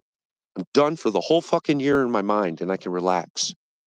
And now all I need to do at this time is now I have to figure out, how do I erase those bills? I'm not going to be able to erase phone. I'm not going to be able to erase my pickup insurance. But I might be able to erase water. I might be able to erase, hell, maybe even propane if I did a good solar, an upgrade on my solar project. Yep, prepaid. I mean, once you do that, guys, you're in the open. But let me be really, really, really, really clear on this, guys. I took a fucking hit. And I'm saying, excuse my language if that bothers you, but seriously, it has to be said like that. I took a fucking hit. I mean, we ate the lifestyle, guys. We were not comfortable for a long while. It took a long while being really, really uncomfortable. I mean, that first winter in our camper, because we live in a fifth wheel. We bought the biggest one we could get, for our money, but it was paid off, right? That first one was cold. I was not ready for that lifestyle change. We shrunk down, y'all. We took a lot of the creature comforts out of our life, like my poor wife going from a full-size kitchen down to a camper kitchen was terrible. Like I spent a lot of effort making sure she had a full-size oven in that camper, though. Like that she could fit a turkey. That was so important to her. But but when you're doing this, you got to bring back some of that creature comfort. You got to be able to remember why you're doing it. You know. And so I applied Grandpa's $10 a month will take you first class, spend a little bit more to get a little bit larger of a rig, to make sure that it had a good size oven in it, that it had good heaters, good walls. We took the hit. We were broke as a joke before and after, but it's done now. It's paid off. We're done suffering that. And so I know I'm really kind of kicking this horse here, guys, but I'm telling you, like, I'm worried about all of us for 25. 25 is going to be freaking rough. How many times have I said that today? 25 is going to be rough, guys. We're going to need each other. We're going to need each other's experience. We're going to need each other's wisdom and education. We're going to need some hookups from each other. We're going to need grace. Go ahead, honey. Where are they? One of these. But so what do y'all think so far? I've been just fucking blah, blah, blah for a bit now. Anything I said made an impact? I mean, y'all with me on this? Are we all trying to? Are we all on the same page in the silver community? Is this what we want? Do we want to get each other out of debt? You know, do we all want to stop being in debt this year? Um, no, he says.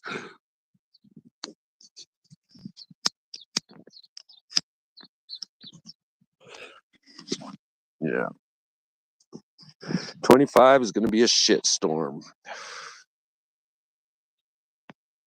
Yeah, get out of debt.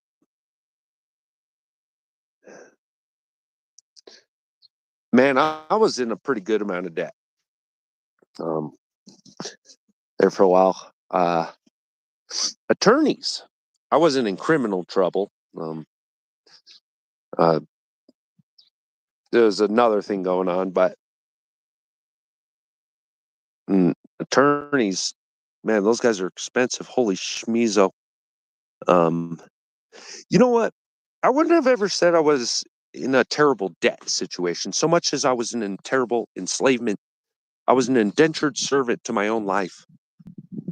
You know, couldn't escape my own life. It was indentured servitude is what it makes me feel like. Not like maybe debt wasn't the right word. Yeah, it was constant debt. It was just constant debt, trying to scrap for this month's debt.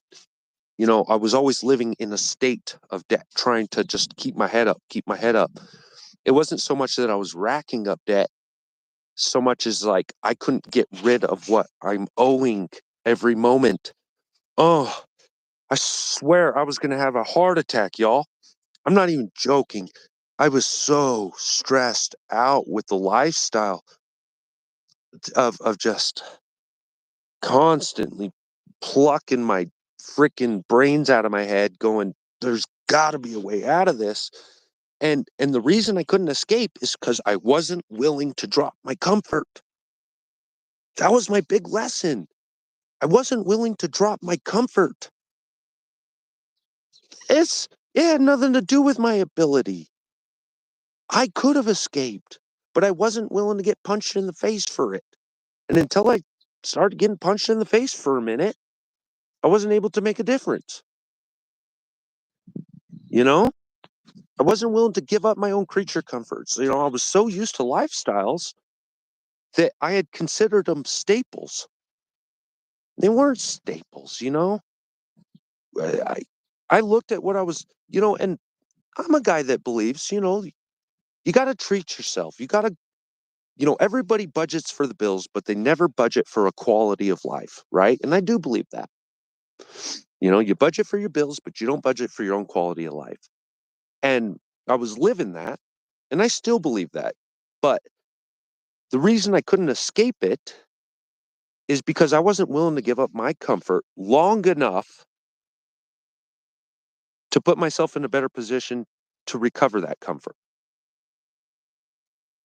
And so the things that I thought were like hard to give up, that I thought were going to be tough on me, like we're losing so much floor space going from here to here, right?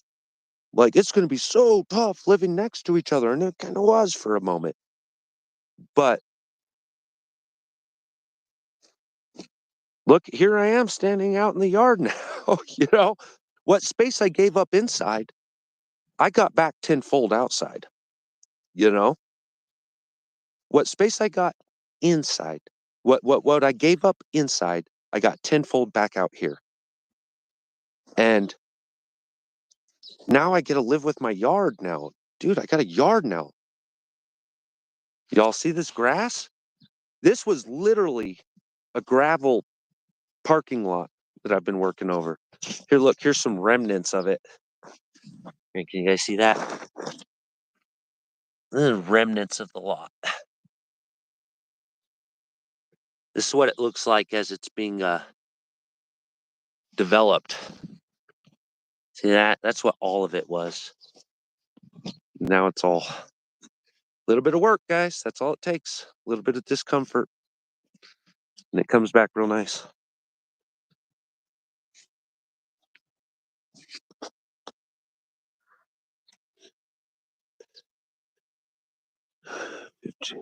23 to 50-year-old twins. Will you show your surroundings some, brah? Yeah, sorry. Here, I guess I'll give you. I've already exposed this much, right? Here, I'll step to the corner of the yard. All right.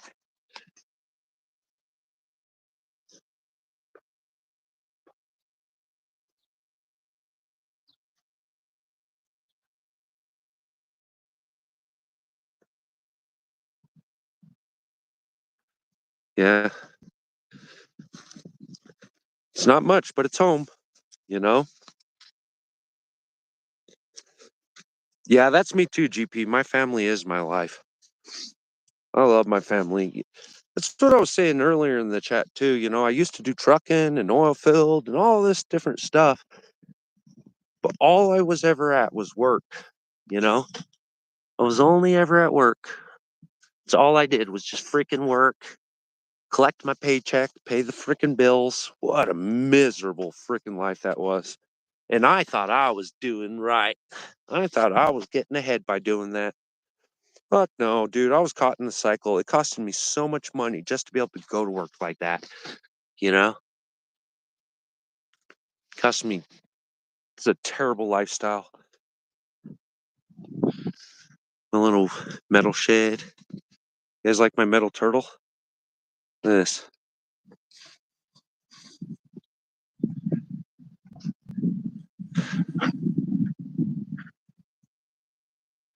Yeah. That thing is like hundreds and hundreds of pounds. Stupid everything. It's awesome. It's my metal turtle.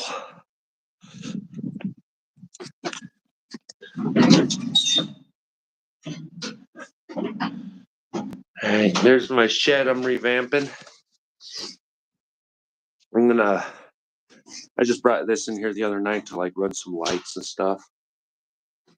But yeah, I'm gonna be doing a little bit of a solar project in here in the shed.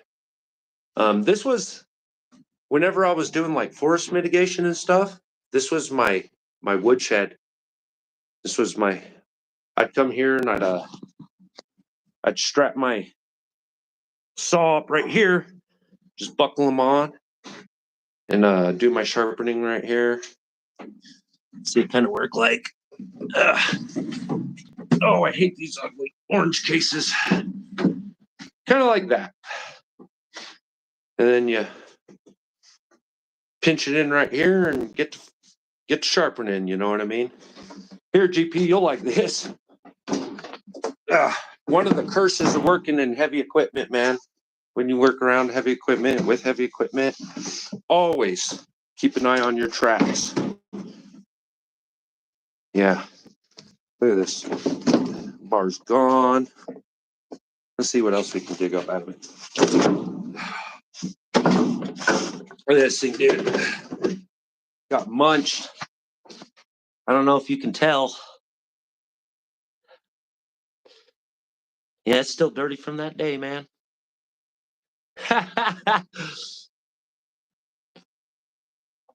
Yeah, I got run over like a beast. Yeah. One of the guys left the fucking saw out, man. Didn't do their fucking job and picked that shit up. Ran over one of our fucking saws. It's all right. This isn't the best saw, anyways. This isn't mine. Well, it is now. So I'm like, oh, I'll fucking rebuild this thing. But I'm like, you jackweeds. What the hell's wrong with you? Freaking running over shit with equipment. You know? This is the shit that costs you money. Freaking negligent, irresponsible, stupid behavior, man. That's the shit that'll cost you, guys. When you're working with your crews, fucking keep an eye on those guys. You know? Or you got people like me pissed off about how much work they got to go through and money they got to spend now to repair that. You know? But I ain't one to shy away from a build, man. This is still value in here, you know? But yeah, this is the old shed.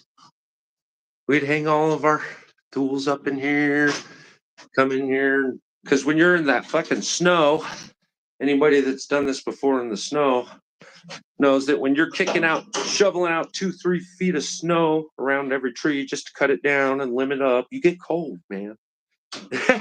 so so I made this shed so that I could stop freezing my ass and I could disappear out of the elements every now and then.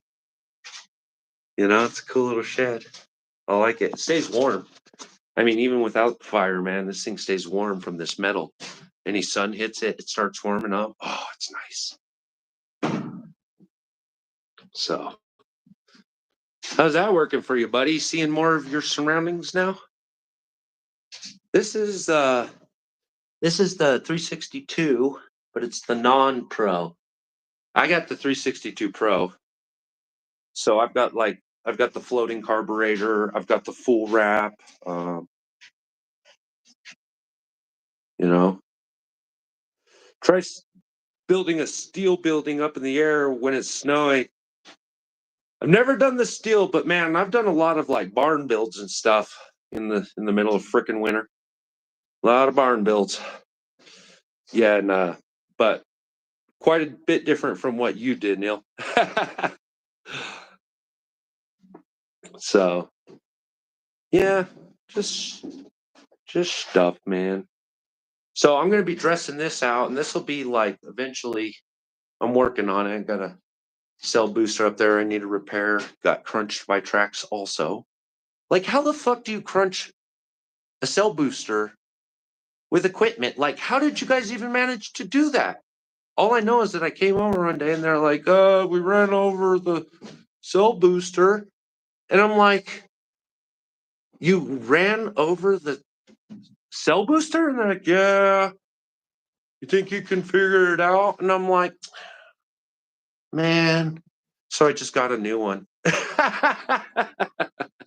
It's like, screw this. I'll get to it later, you know? Yeah. Sorry, man. Yeah. Hey, but you know what?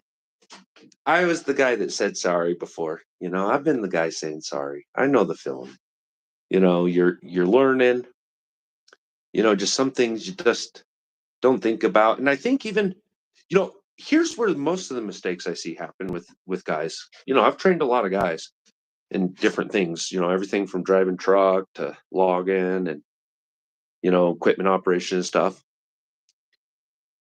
They actually don't make too many big mistakes while they're new. But as soon as they think they're badasses, oh man, do the mistakes just start falling out. Like, this was a guy thinking everything was going great and just got in his little freaking groove. And I guess he forgot he was at work. This, I have no clue. These guys were trained by this point. And what it is it's tunnel vision, I suppose. You get so caught up in your task and you get so fluid in tasks sometimes that you forget things change. you know, like even though your task did not change, everything around it just changed. And guys, whenever they're in an educational progression, they think they've learned the job because they learned all these simultaneous taskings that you do to complete the job. But they always forget the big one, which is, well, what changed today? What is different? Which should have been the first damn thing on your mind. What's different today? What changed? You know, like every task you do, if you kind of just take a second and ask yourself, is there anything different in here than normal? You'll probably save yourself a lot of effort and a lot of heartache and a lot of saw parts, fuckers.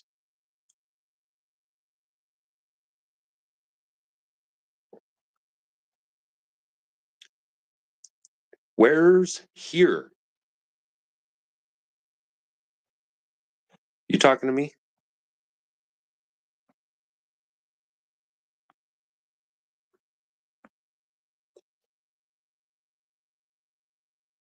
Oh, okay, talking to Sleuth. Okay, gotcha. Yeah, so, but yeah, I think guys they get in a zone and they just get moving and working, and they're, you know, you do it so good, you just kind of like when you're driving, when if you drive the same way home every day, you guys ever get home and be like, I don't remember jack about driving over here. Well, that's when mistakes happen in equipment. Guys are just so convinced that everything is just going smooth, and it's not going smooth. So, wow, guys, just over 2 hours. Holy moly. Did not see that one coming. Here, you guys want to see something cool before I let you go? I don't know if y'all have seen these yet. I don't even know if I've shown them. It's a good question.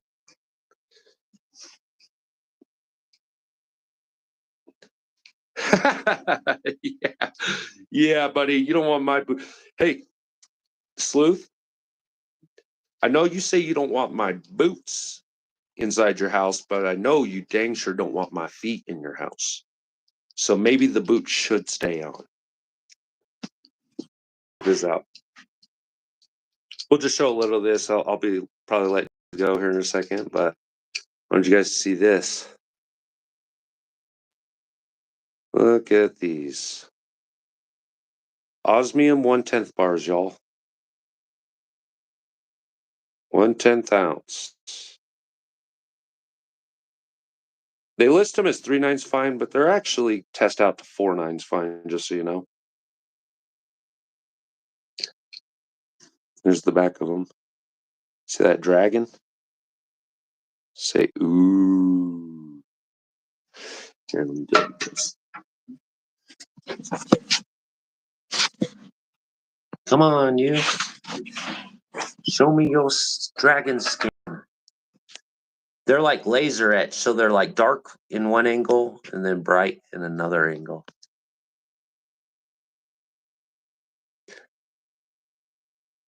This guy is number 36 of 66.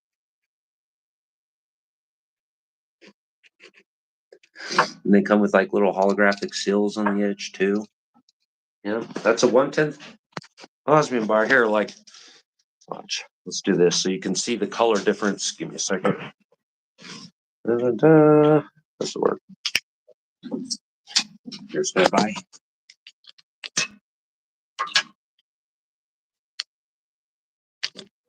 Da-da-da. Come on, open up, you.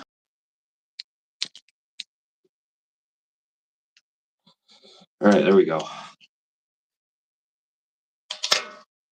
All right. So there's silver. We all know silver, right? And if you guys are ever wondering how to tell if it's, well, one of the ways to validate osmium is the blue color. Come on, fix. So watch this. So there it is. You can't see that blue too well right now, right? Watch this. Look at that. Isn't that a distinct difference in color? Hopefully you guys can see that. Let me try changing the background a little bit.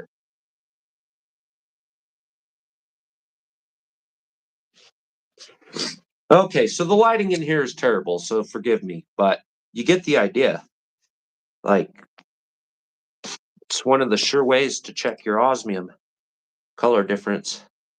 Badoop, natural blue, man. Badoop. So, and then here's a bing, bing, bing, bing, bing.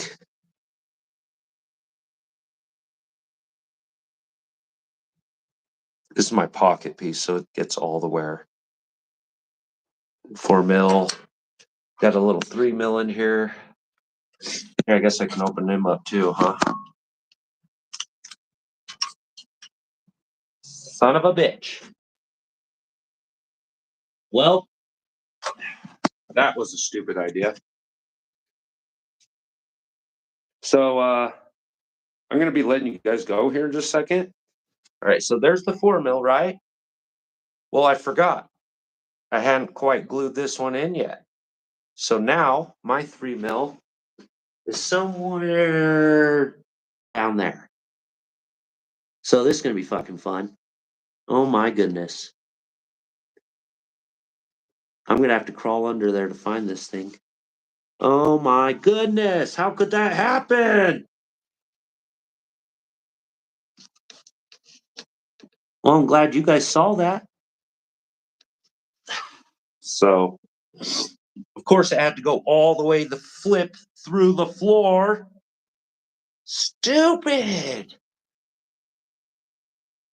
It's not lost. Okay. It's just mislocated. Okay. It's not lost. It's mislocated. I just need to go retrieve it from its current location that is currently undisclosed, not unknown. Because I know where it's at. It's down there. Right there somewhere. Son of a gun. I can't believe I did that, though. Tommy, thank you for dropping in, buddy. Tommy, GP, OTG, Sleuth, Neil. Man, you guys rocked it this show. Thank you guys so much for dropping by. And everybody else that's hiding back there right now. I sure do appreciate y'all.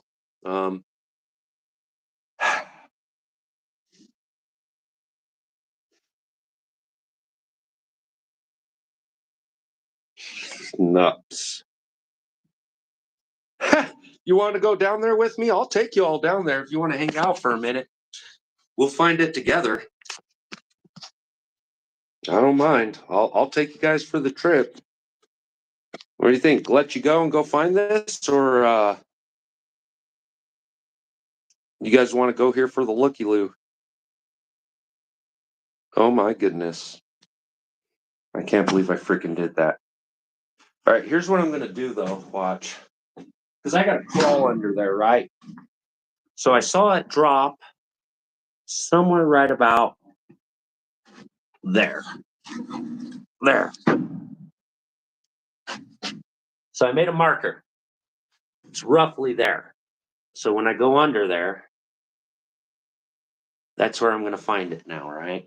Son of a gun. I can't believe I did that. Why'd you guys let me do that? What's wrong with y'all? Oh, of course. Look at this, guys. It's on a damn rock pile, too. You've got to be shitting me right now. Oh, my goodness. Oh, my goodness. You have got to be shitting me. Holy shit.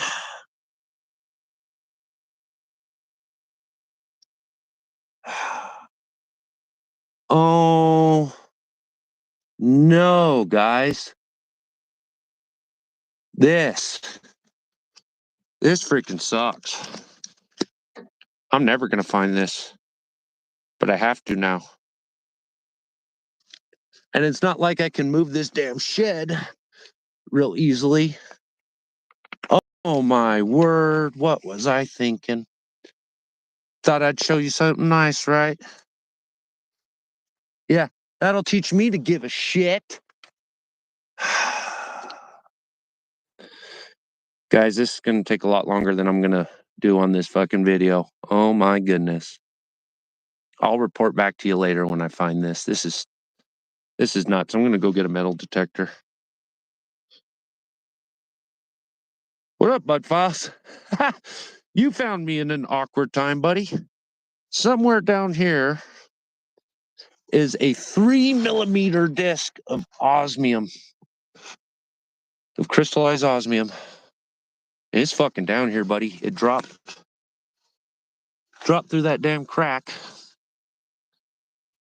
into a rock pile of all flippin' things. Into a rock pile. Can you believe that garbage? Oh my goodness. All right, guys, I'm going to go get a little metal detector and I'll be right back. A little hand detector. Let me know if you see it. Oh, you gotta be shitting me. Whose idea was this? As much as I'd like to blame this on GP, I really feel like blaming it on somebody else this time. Oh my word. Oh, this is nuts. Yeah, guys, and if this doesn't land sparkle up, it is like a dull bluish gray on the back. I'll get a flashlight too. That's what I'll do. All right, I'll be back, y'all. Give me a second.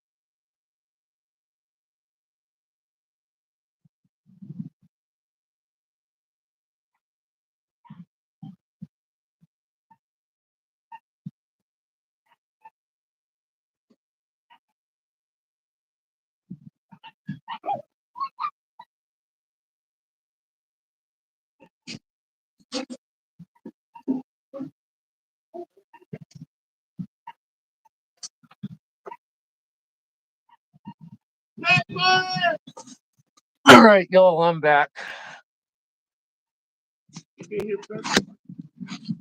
All right, let's see here.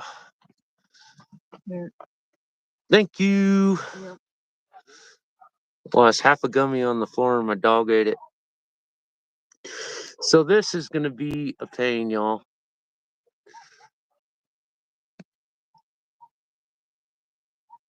I can't believe you even want to watch it.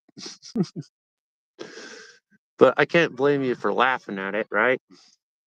Wanting to see there for the laugh. Okay, so here's what I'm going to do. I'm going to try to move this little wagon and get this all into the sunlight first. And then, since I already kind of got like moved some rocks and stuff from in there, I'm going to try to move this wagon. And then I'm going to take another look with this stuff in the sunlight, hopefully. So we'll see how that goes. And I got this little guy here. We're going to try to metal detect it. I know it doesn't pick up real easy. Osmium doesn't pick up real easy. So, like on a metal detector. So, watch out, Rue. All right.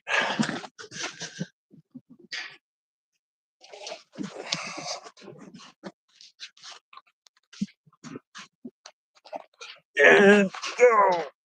There we go. Come on, you. Go.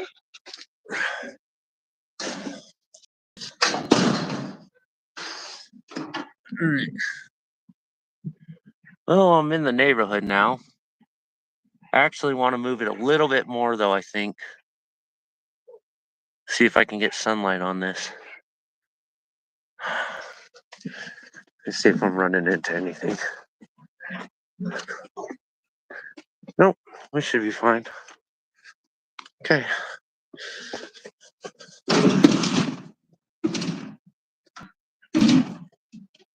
Come on. Whoa. Yeah. Oh no. There we go.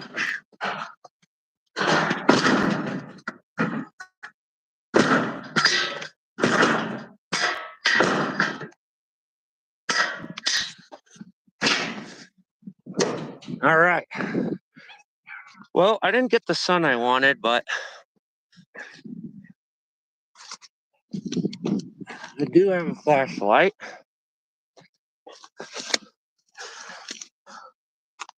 Man, if this doesn't set me back 10, 20 years in my mental gymnastics, I don't know what does. I feel like I've been here before. So it fell somewhere right in this little zone. Yeah, guys, I think I might let you go for this just to be more thorough.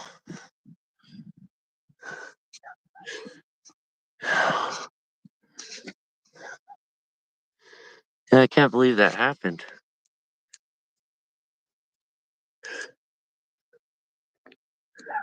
Yeah, guys, let me let you go. This is nuts. This is going to take me all day. So, I don't know.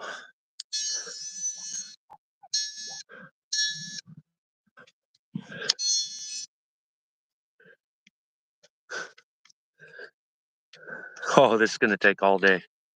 This is not going to work right now. All right, guys. I appreciate y'all coming by. I got something to do for the next while, I guess. Appreciate y'all being here, and I pretty much just had $100 fucking bill fucking fall out on my floor. So this is what I'm doing now. Appreciate y'all being here. Thank you. Talk to you guys again soon, and I'll check in when I find this. All right. Later, y'all.